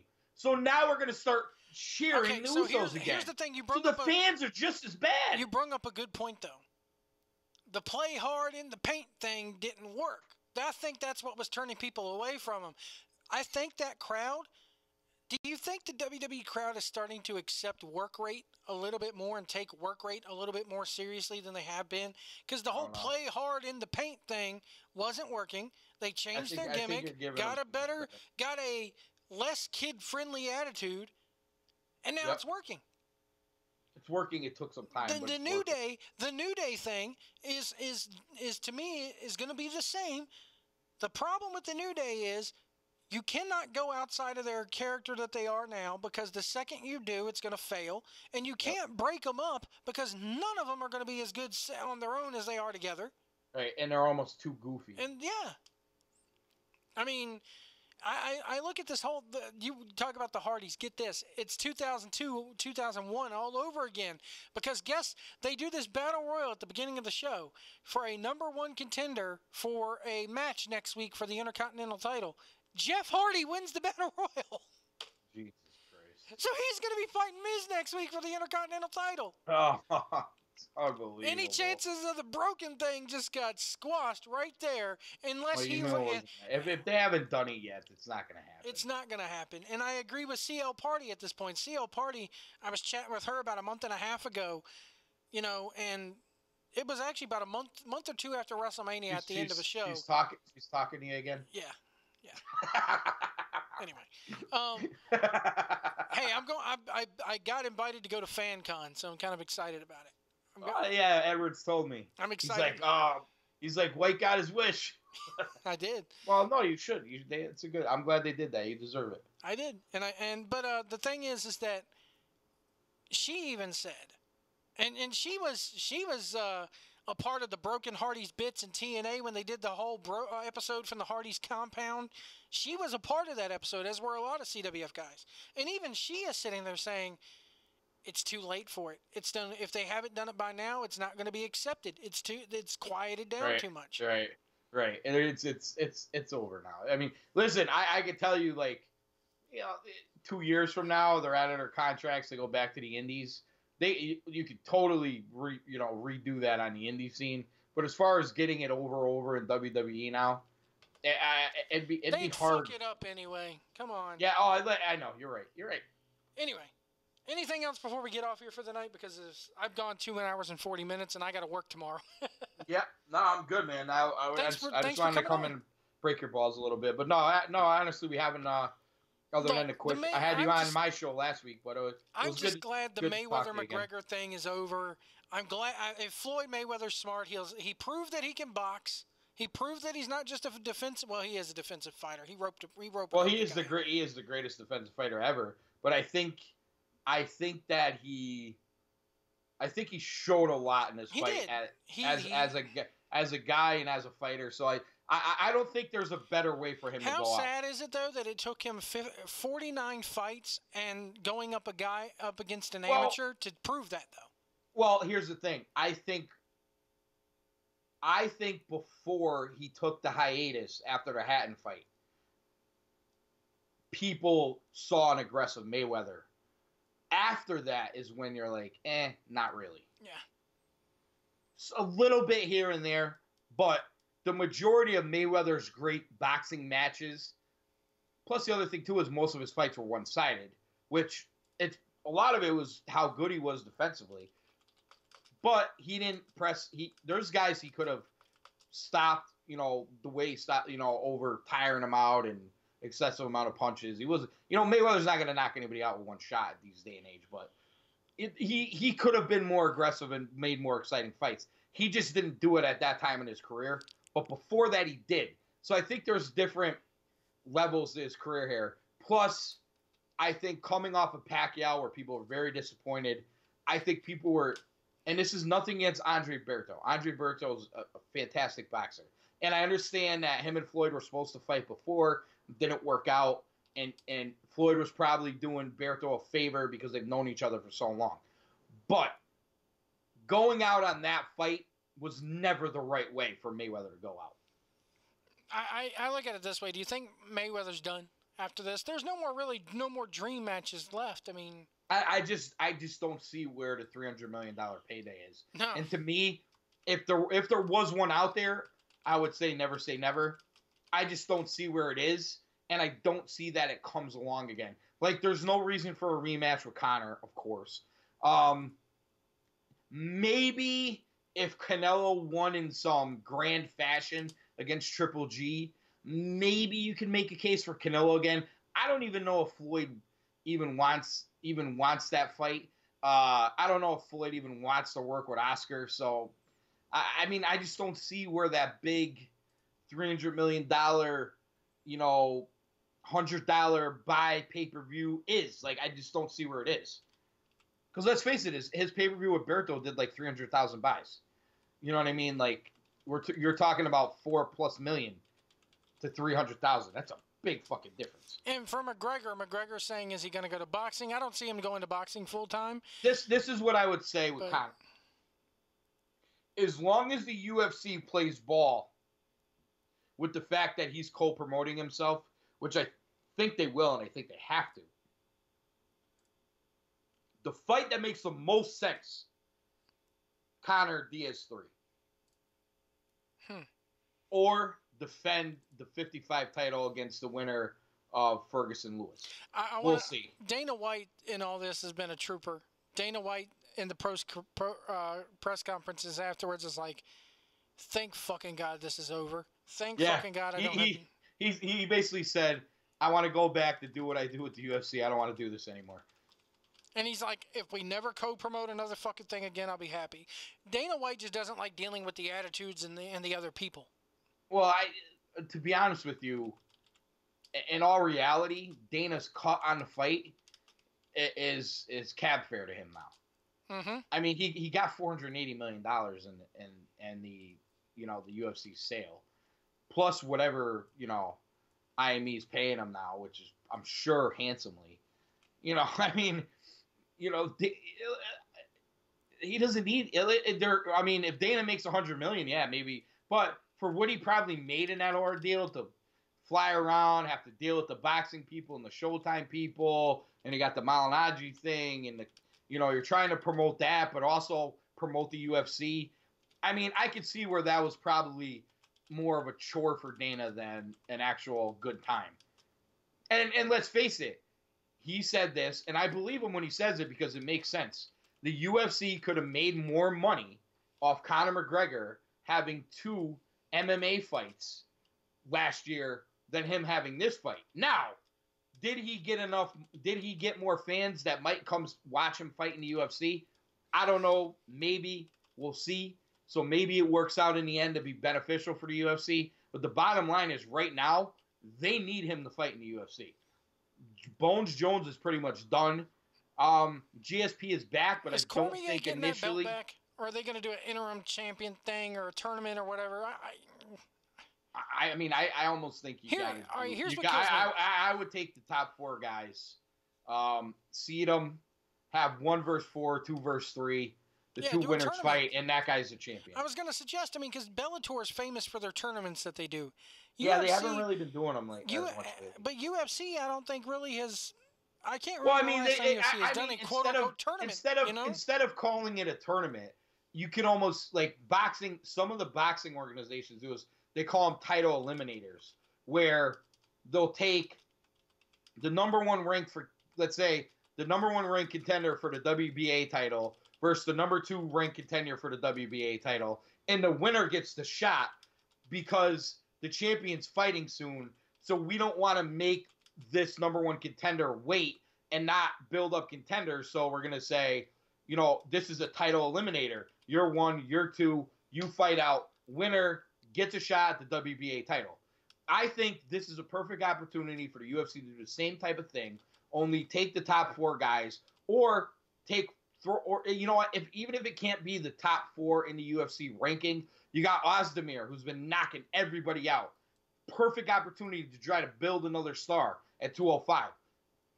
Put him versus, I don't know, pick a guy. You probably wouldn't want to do him versus DC now. You probably give DC DC and Jimmy Manua, and then do Ozdemir versus Gustafsson, and the 2 winners fight, and the winner's the fucking champion. At this point, that's kind of where you're at with this. I don't know, because if I'm DC, and they may ask him this, but if you're DC, do you just say, yeah, I'll take the title back because you want to give it to me because you cheated? To me, I don't think DC is going to want that. No, it doesn't look good on DC if he just says, okay, give me the belt back. Yeah, I don't think it does. I don't think he wants it. The loss is stripped from his record, though, right? Yeah, it'll probably be changed to a no contest. Really? So it's still there. The fight is counted. To me, I've always wondered in a situation like this, why not act as if the fight just never existed? Well, no contest is pretty much, that's what it is. I don't know. I'd rather have it just wiped completely as if it never existed than have a no contest. It just, to me, a no contest. Yeah, is but just they don't really. It's just the same as a loss. They'll put. That's. I'm trying to think if the UFC. When I have Bruce Buffer, I don't know if they put a no contest on your record though. They put a draw on your record, but I don't think they put a no contest on your actual record. Well, they do have a no contest, because what sounds better is when Bruce Buffer goes standing at with a record of 28 wins, 5 losses, or 28 wins, 5 losses, 1 no contest. It just doesn't sound good to me. I don't know. I gotta check. They do have boxing too. Yeah. I don't know how do you erase the fact that the fight did happen though? I don't. Yeah, I see your point. It's hard for me to say it didn't happen. I see your point. It's not like they could crisp and white, Right. They can't do that. You could do a lot in the wrestling business. You can do a lot in the wrestling business. I hate when people call it that, by the way. I know. I did. So I did it to break the balls. I fucking hate it. You know what I love though is I was watching SummerSlam before I fell asleep in the middle, and the SmackDown announcer, he's got to drive you crazy because he eggs on the 1 fall thing. Oh, he does. He pauses for it. Oh, he does. He I was pauses this guy has to drive White insane. I fucking hate him. And my my girlfriend and kids were like, he was on an episode of some reality show lately where he had like a hidden talent or something. And I'm like, that guy, I fucking hate him. I hope he lost. Because he'll sit there. And why Vince McMahon has not told him to stop doing it? Because it seems like it would be one of those things that that irks Vince McMahon's balls. Like Vince McMahon gets a pain in his balls every time it happens. But this motherfucker was literally, the following contest is scheduled for one fall. And then, wait for it. Wait for One it. fall. Introducing first. And I'm like, you motherfucker, I hate you. He accentuates He it too. does it. I think he does it just to piss me off. And you want to know what's funny about it too? Like, I mean, obviously there's times when they don't accentuate and you still get this, the smarks in the crowd going one fall. But like when he does it, it's 10 like times you really worse. notice it too. You like really notice it. You know what I mean? I mean, I'm sorry. To me, it's the following contest is scheduled for one fall. Introducing first. You know, or do there it. Shouldn't be a pause. There should not be a pause. That's just ring announcing 101. You get it out there, short, sweet, to the point. You don't let them take over like that. Fuck him. I hate him. Don't get me on my soapbox tonight, man. I fucking hate that shit. I know, we got to roll. And JoJo was even doing. It got to the point where JoJo at the NXT or at the for the Raw side of things was starting to do it too, and I'm like, don't stoop to his fucking level. I thought I heard her do it a few times. She did, and it pissed me off even more. Fucking JoJo, you can't even drink yet. You know what though, man? She could work. That's what kills me, man. I never will forget when they did that Total Divas match where her and Eva Marie and everything in there, and they were booing the piss out of Eva Marie, and then they tagged JoJo in, and the crowd went fucking ape shit for her. And then the next week, she was ring announcing. Poor girl. Singing the national anthem. Poor girl. Anyway, we're going to get out of here, folks. I went ahead and put the links in the description for you, AC, so they can find out where to listen to you. And, Thank you. I appreciate that. Now, if only we could get Jeff Edwards to do one of these. I don't think it's going to happen, though. Jeff is like, fuck wrestling. Oh, he's not going to talk wrestling. No, he's not. We're bringing back Cool Truth, and it's totally non-wrestling related. That's cool. And we talked about doing it once or twice a month, and that's it. And just kind of getting together and doing some current event type thing. Good. And just mostly bullshitting. But I don't think you're going to hear him talking wrestling. He's not. I think we pretty much burnt him out on wrestling. Anyway. Honestly, this is therapeutic for me to talk wrestling with you because it reminds me why I'm disinterested. Well, I'm glad. But I will tell you this. However, I will watch Reigns. The Reigns and Cena segment interests me. Just watch the segment. It's just the wrong time of year, but it interests me. If they were doing this in November, I wouldn't have a problem with it. I find what I find compelling about that feud is how do both guys come at it. Very compelling. Yeah, here's the thing. It doesn't matter who wins or who loses. It almost. I'm just wondering what the fans. It's like Rock and Cena. Psychology of the asshole fan base. That's what it is. Yeah, and that's the thing. That's the way it should be marketed as. Which one of these guys do you hate more? But it's not. You know what? I got to ask you too. I got to ask you this before I let you go because I didn't watch Raw last week either. Why were you going nuts about the Brooklyn fans? I heard something about a beach ball. They started. Okay. There's Cesaro and you weren't the only one. A lot of people. Cesaro and Sheamus are having their match at SummerSlam. The beach balls start fucking coming out because and I blame the British wrestling fans for this. Britain, I got a fucking problem with you. You love to blame the Brits. Dude, I know. None of this started until the Brits came over here and did it. They're responsible for this. Nobody can tell me any different. This shit did not start happening until they came on our fucking land and started doing this shit. I hate them for it. I love England as a country. I dig the royal family. I watched a fucking documentary on the royal family the other day, and it almost made me cry because that queen is 90 years old and she's still kicking. It's beautiful. But they're having their match, and then the beach ball comes out, and Cesaro sees it. And then he jumps the barrier, takes the fucking beach ball from the security's fans, and rips it apart. Big pop for everybody in the crowd. Yay! The problem is, and there's footage of this online, I've seen it. The next night, during Raw, they were blowing them up 5 at a fucking time and bouncing them around the fucking arena. So God. Cesaro, while it did good, and the problem is it's during Cena's match. So Cena comes out, they go to commercial. Or they're in the middle of a match. I forget which one. They go to commercial. They know, the wrestlers know when they go to commercial because the referees know in their earpiece. And they can tell the wrestlers, all right, we're at commercial. Tone it down, grab a hold, whatever. So Cena gets on the mic and cuts a promo about, I'm all for you guys having fun, blah, blah, blah, blah, blah. And then they come back and the beach balls are going and they cut to a fucking shot of the crowd and the beach ball bouncing. Now, earlier in the evening, they were doing the wave. And they were doing all this other shit. They ripped Enzo and Cass and Big Show a new one that night, which is why I'm glad that shit's over. But then they start doing the beach balls again. And every time a beach ball would come out, Cena's on the fucking apron being a tag partner, okay? I think for Reigns. So whenever a beach ball would happen, Cena would let go of the tag rope, turn around on the apron, look at his hands in the air and jump up and down like, throw it to me, throw it to me. I want it. I want the beach ball. Oh, my God. So, not only, okay, and then the next day at SmackDown. Well, he was trying to get it out of the crowd. No, he wasn't. No, he fucking wasn't. Not when he's telling the crowd, bring your beach balls. Have fun. I don't care. Oh, that's true. So, next day at SmackDown, the beach balls show up again, but they're not as prominent. And WWE has posted something on the Barclays Center's website and alerted the fans beforehand, no beach balls. And not only did they say no beach balls, no inflatable pool noodles, nothing swimming related. They covered every inflatable thing.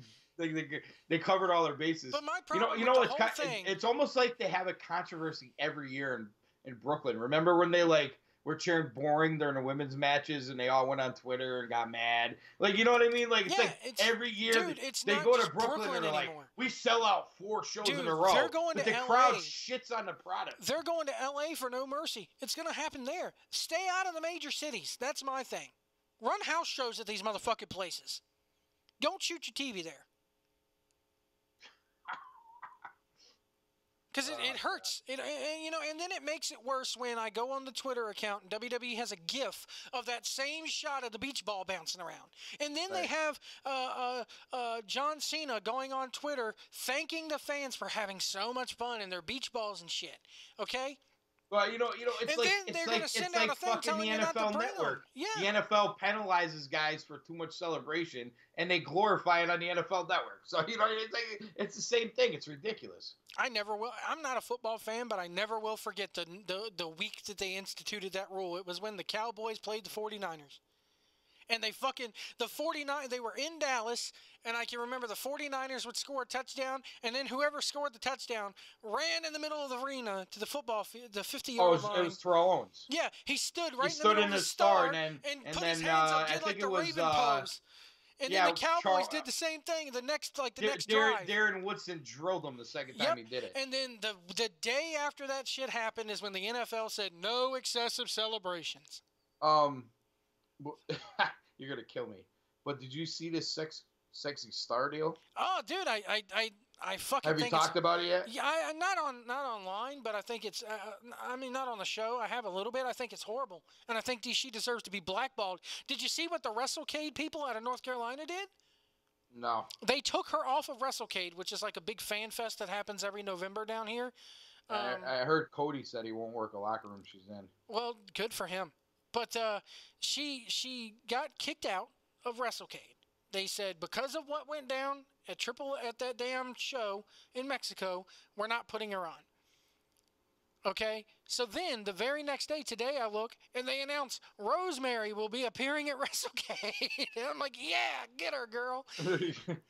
So the general consensus is that she broke her arm on purpose. Yeah, she did. Well, now is there?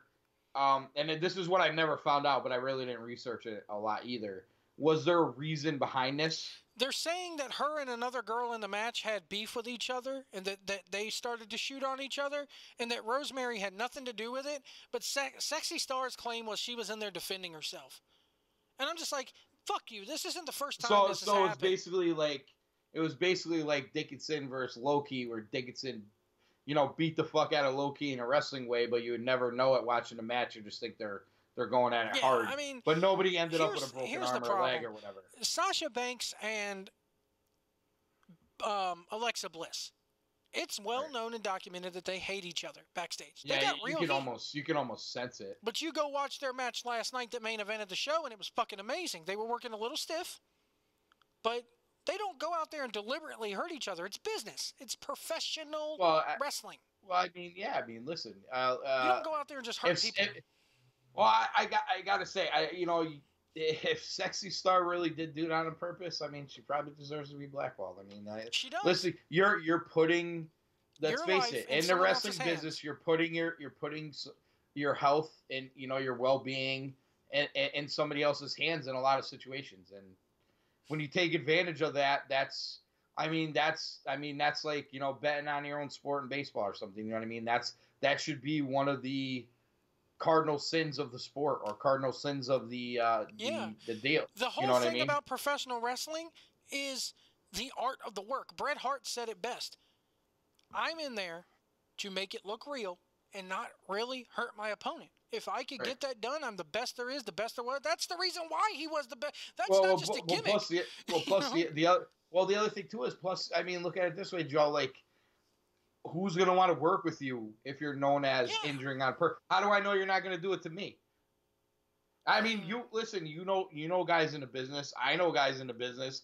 I've heard rumblings about different guys who certain guys didn't want to work with because they didn't trust them because they missed holding them or catching them on this maneuver and they got hurt. And I've heard about different guys. Hell, that's why CM Punk didn't want to work with dangerous during matches. Well, I know. Hey, listen, from his mouth, yeah. Come on. I don't believe a word that fucking asshole says, but yeah, okay. Come on now. Maybe there's some truth to it. Maybe him and Ryback worked together. Did you hear he and Colt Cabana are not best of friends anymore because of the lawsuit? Well, it was something about during, Colt Cabana was in the back before he started his, announcing gig at Ring of Honor. He was in the back of one of the WWE events, loving it up with everybody, and Punk took offense to it. Damn, that's kind of like a Vince Russo, Kenny Bolin, Jim Cornette thing. Seriously. Would you put yourself in Punk's shoes? Would you be friends? Let's be honest here. I'm not a Colt Cabana fan either. Neither am I. I don't like Colt Cabana. But Punk is very sensitive. He is. Let's be honest. He's very sensitive. To a fault. To a fault. I agree. I still think by 2020 that bitch pops up in wrestling somewhere. You probably are right about that. What do you think about... I do kind of want to see him get his ass One more kicked. thing and then we'll go. Daniel Bryan. We got to talk about this with you. Daniel Bryan is doing this hyperbolic chamber thing. He's gone and gotten like 30 treatments since May on this, and it's kind of helping his neck. He wants to wrestle again. It's obvious. He's pretty much came out and said he's got a year left with WWE, and then he's going to see what's up. I'm going to sit there and call it right now. That by this time next year, at least January next year, not this coming Wrestle Kingdom, but next Wrestle Kingdom in 2019, he's on that show. Unless here's my only clears question him. to this. Because here's the wellness policy. WWE could go ahead and clear his ass just to keep him from going somewhere. But let me ask you a question. My guess is if somebody signs him, he's going to sign waivers that they're not liable. Hold harmless clauses, yeah. Well, here's the gimmick, though. They'd be smart to do that. And if WWE does like New Japan, if he let's just I'll sign with New Japan, I'll do a few Ring of Honor shows, I'll do New Japan USA shows, but I'm going to sign with New Japan, do all the major shows, whatever. I'll be in the G1, I'll do, the whole deal. It's a home run for New Japan. It's a home run for Ring of Honor. It's a home run for wherever else he works. But they're obviously going to do it, especially if he's going to sign clauses that they're not liable if he's permanently injured. Does Brie Bella, his wife, or whatever her real name is... She's already said she supports his ass. So, to me, this is my thing. He's probably going to leave WWE and go wrestle again. I think you're right. I think, you know what? it wouldn't shock me if you're 100% correct. Really wouldn't. If that's her take, it's clear what his take is. He's not going to Impact. He's not going to GFW.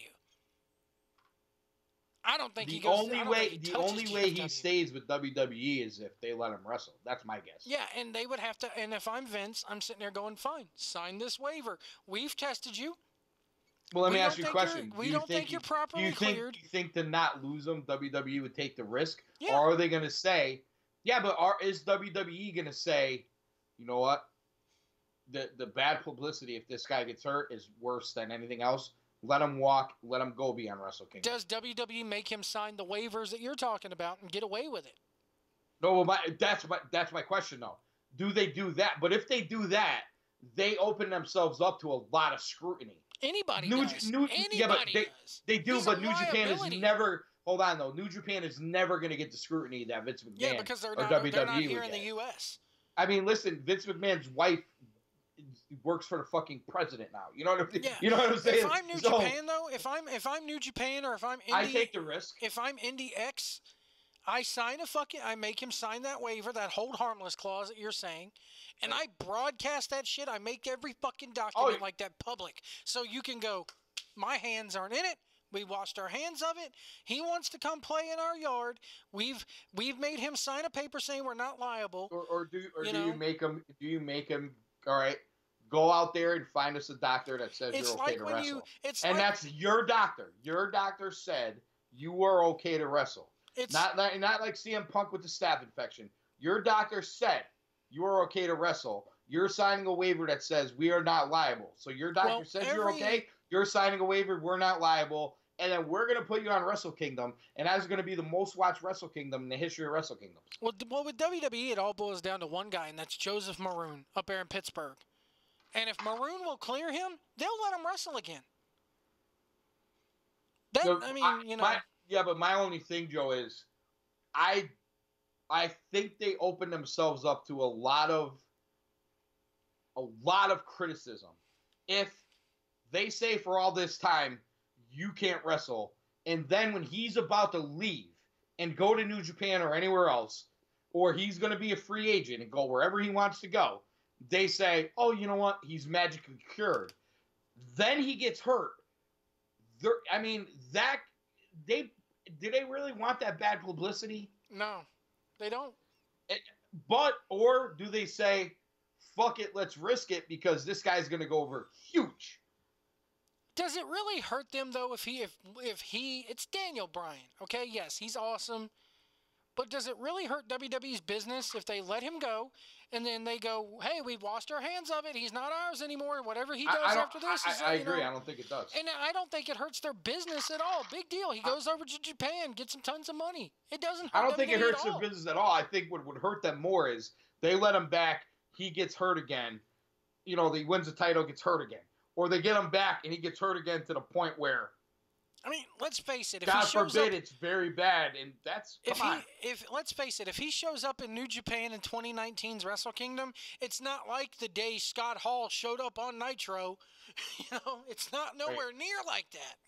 Right. I mean, WWE's business is still king of the mountain. Thing. You know as well as I do. In this country, how many people are going to be up at 4:30 in the morning because even if it's announced that Daniel Bryan's wrestling on the show, you think people are going to get up 4:30 in the morning and watch that shit live? They're going to fucking wake up when they wake up and look for a stream or whatever else of it, and just look to watch that one match. I'll probably get on and watch it live, but it could be huge. It could be huge in the long run for New Japan. It'll get them say new subscribers. He's part of our roster. New subscribers, bigger crowds in the U.S., blah, blah, blah. But it doesn't. That's not going to hurt the WWE, I don't think. He goes to New Japan. What weight class is he in? He's got to be right. Probably right there in the heavyweight class. I say, You're telling me you're going to make him a super junior? No way they're going to do that. Hell no. But the thing is, too, is like, look how much the landscape but look at the guys who come over, though. Yeah. He's not going to... Daniel Bryan's not going to look small next to those guys. No, it's not like he's the size of Finn Balor. He's bigger than Finn Balor. Listen, the WWE just signed Leo Rush, Did you ever see? Did I ever send you a picture of me next to Leo Rush? No, I didn't see that one. I'll say I gotta show it to you one time. My only point with showing that is I was telling to Dave Rosenbluth from the Ken Reedy show one day, and we were talking about Leo Rush, and I was like, dude, he's small, and he's like, yeah, I know, but they with the smaller guys. I'm like, no, dude, you don't understand. He's solid muscle. There's a fucking muscle popping out of every fucking part of his body, but he's small, like really fucking small. Like, he makes Flip and Ricochet look huge. He's like, he can't be that small. I'm like, hold on. I'm 5'7.5". I sent him a picture of me standing next to Leo Rush, and he's like, yeah, dude, he's really pretty small. I mean, and Leo, listen, he wrestled bigger guys, the whole thing. It's cool. But I'm just like, you know, inserts, you know, the guy's smaller than Mysterio. You know what I'm saying? Like, or maybe the same size. I look at it this way: he's gonna go. He's gonna look at them and go. Look, I don't want to down Leo Rush because I've been putting him over since I saw him. With Vince McMahon and Daniel Bryan, we're damned if we do, and we're damned if we don't. Do we want to go? Because he's gonna go to them and go, look, my contract is coming up, and unless they throw him a shit ton of money, which at this point money doesn't matter to Daniel Bryan, he wants to work. He wants to work. He's like Cody Rhodes. He's got a list. I guarantee you, he probably does. He's probably carrying it around in his fucking pocket 24/7, letting it eat a hole through it, you know? Seriously. And he wants to work. I can't blame the guy for wanting to go out there and, I'm an artist like Tim Burton. You know, I can't bump the guy for that. But then he's going to go to McMahon and go, look, it doesn't matter how much money you offer me. If you want me to stay with you, clear me and put me in the fucking ring. Otherwise, I'm going to go get 10 times more over than you ever made me. And I'm going to, with or without you, I think he'd be fucking over. Regardless of the WrestleMania 30 push and all that, he'd still be 10 times over. I'm going to go get more over than I ever was here. I'm going to make more money. My shirts, I'm going to go join the Bullet Club. Can you imagine that shit? Or I'm going to join the anti-Bullet Club to make that push shit get over. What if it's Daniel Bryan that kicks Kenny Omega out the Bullet Club? I honestly, I'd hate that. You would hate it? I know. A lot of people would. But I like the But it would get a lot of publicity. I like the anti-Bullet Club thing, too. Here's a Gaijin coming in to step up against the other Gaijin, you know? He could be the DDP of New Japan, you know? But he's going to tell them, I'm going to go somewhere else and work. But if I'm Vince McMahon, I'm going to look at him and go, look, here's what we're going to give you to stay. You could be a goodwill ambassador for the company. You'll never really have to work another day in your life. You'll never have to worry about taking another bump again in your life. Because one bump these doctors are saying one bump can kill you. But this is our bottom line. We're not going to, if I'm McMahon, I'm steadfast. This is what we have. We have this doctor telling us this. We have Dr. Maroon not willing to clear you because Dr. Maroon's the guy who that the NFL makes people get checked out and all that shit. You know, he's the CTE guy, you know. This is what he's the concussion expert. He won't clear you.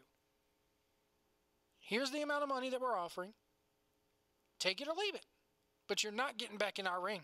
You're not taking another bump on our canvas. Look. Here's the thing. Like, I think this is the point of the matter.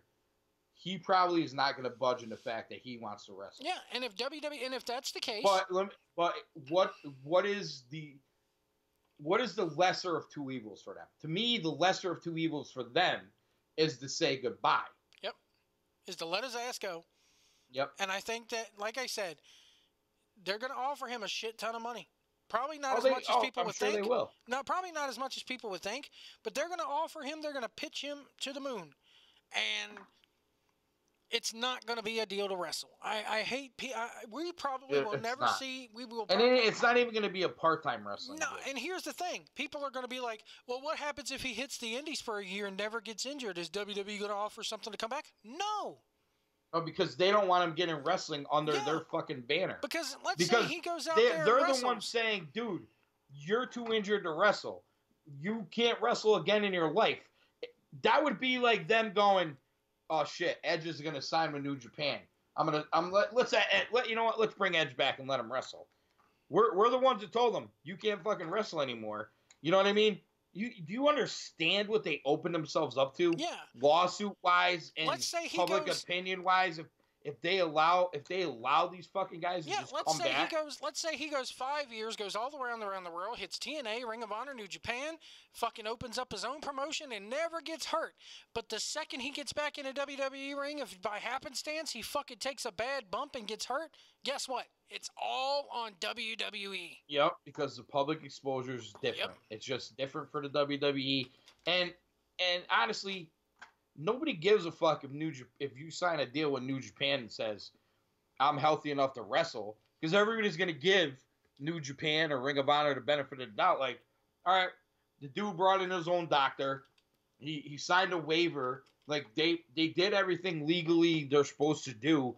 They don't know what the WWE doctor saw. This guy told them that the WWE actors are out of their minds. It's not the case. We've had people accuse WWE doctors of not being the best before. CM Punk, for example.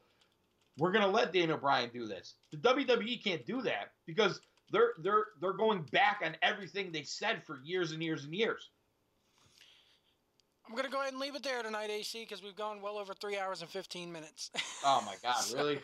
Well, at least I have. You've only been on here for about 2 hours, an hour and a half. It's approaching 2 hours. So about 2 hours. But, all right, brother. All right. Good talking to you. I will talk to you later, okay? Yep. All right, Good night. All right, folks, that's going to do it for this edition of From Pillar to Post Live. I feel like I made up for more than the fact that we didn't do a live show last night, but my internet was out, couldn't do much. So, thank you, AC, for joining me tonight. Thank you, everybody, for listening to this. Hit that like button, hit the subscribe button, and we'll see you down the road.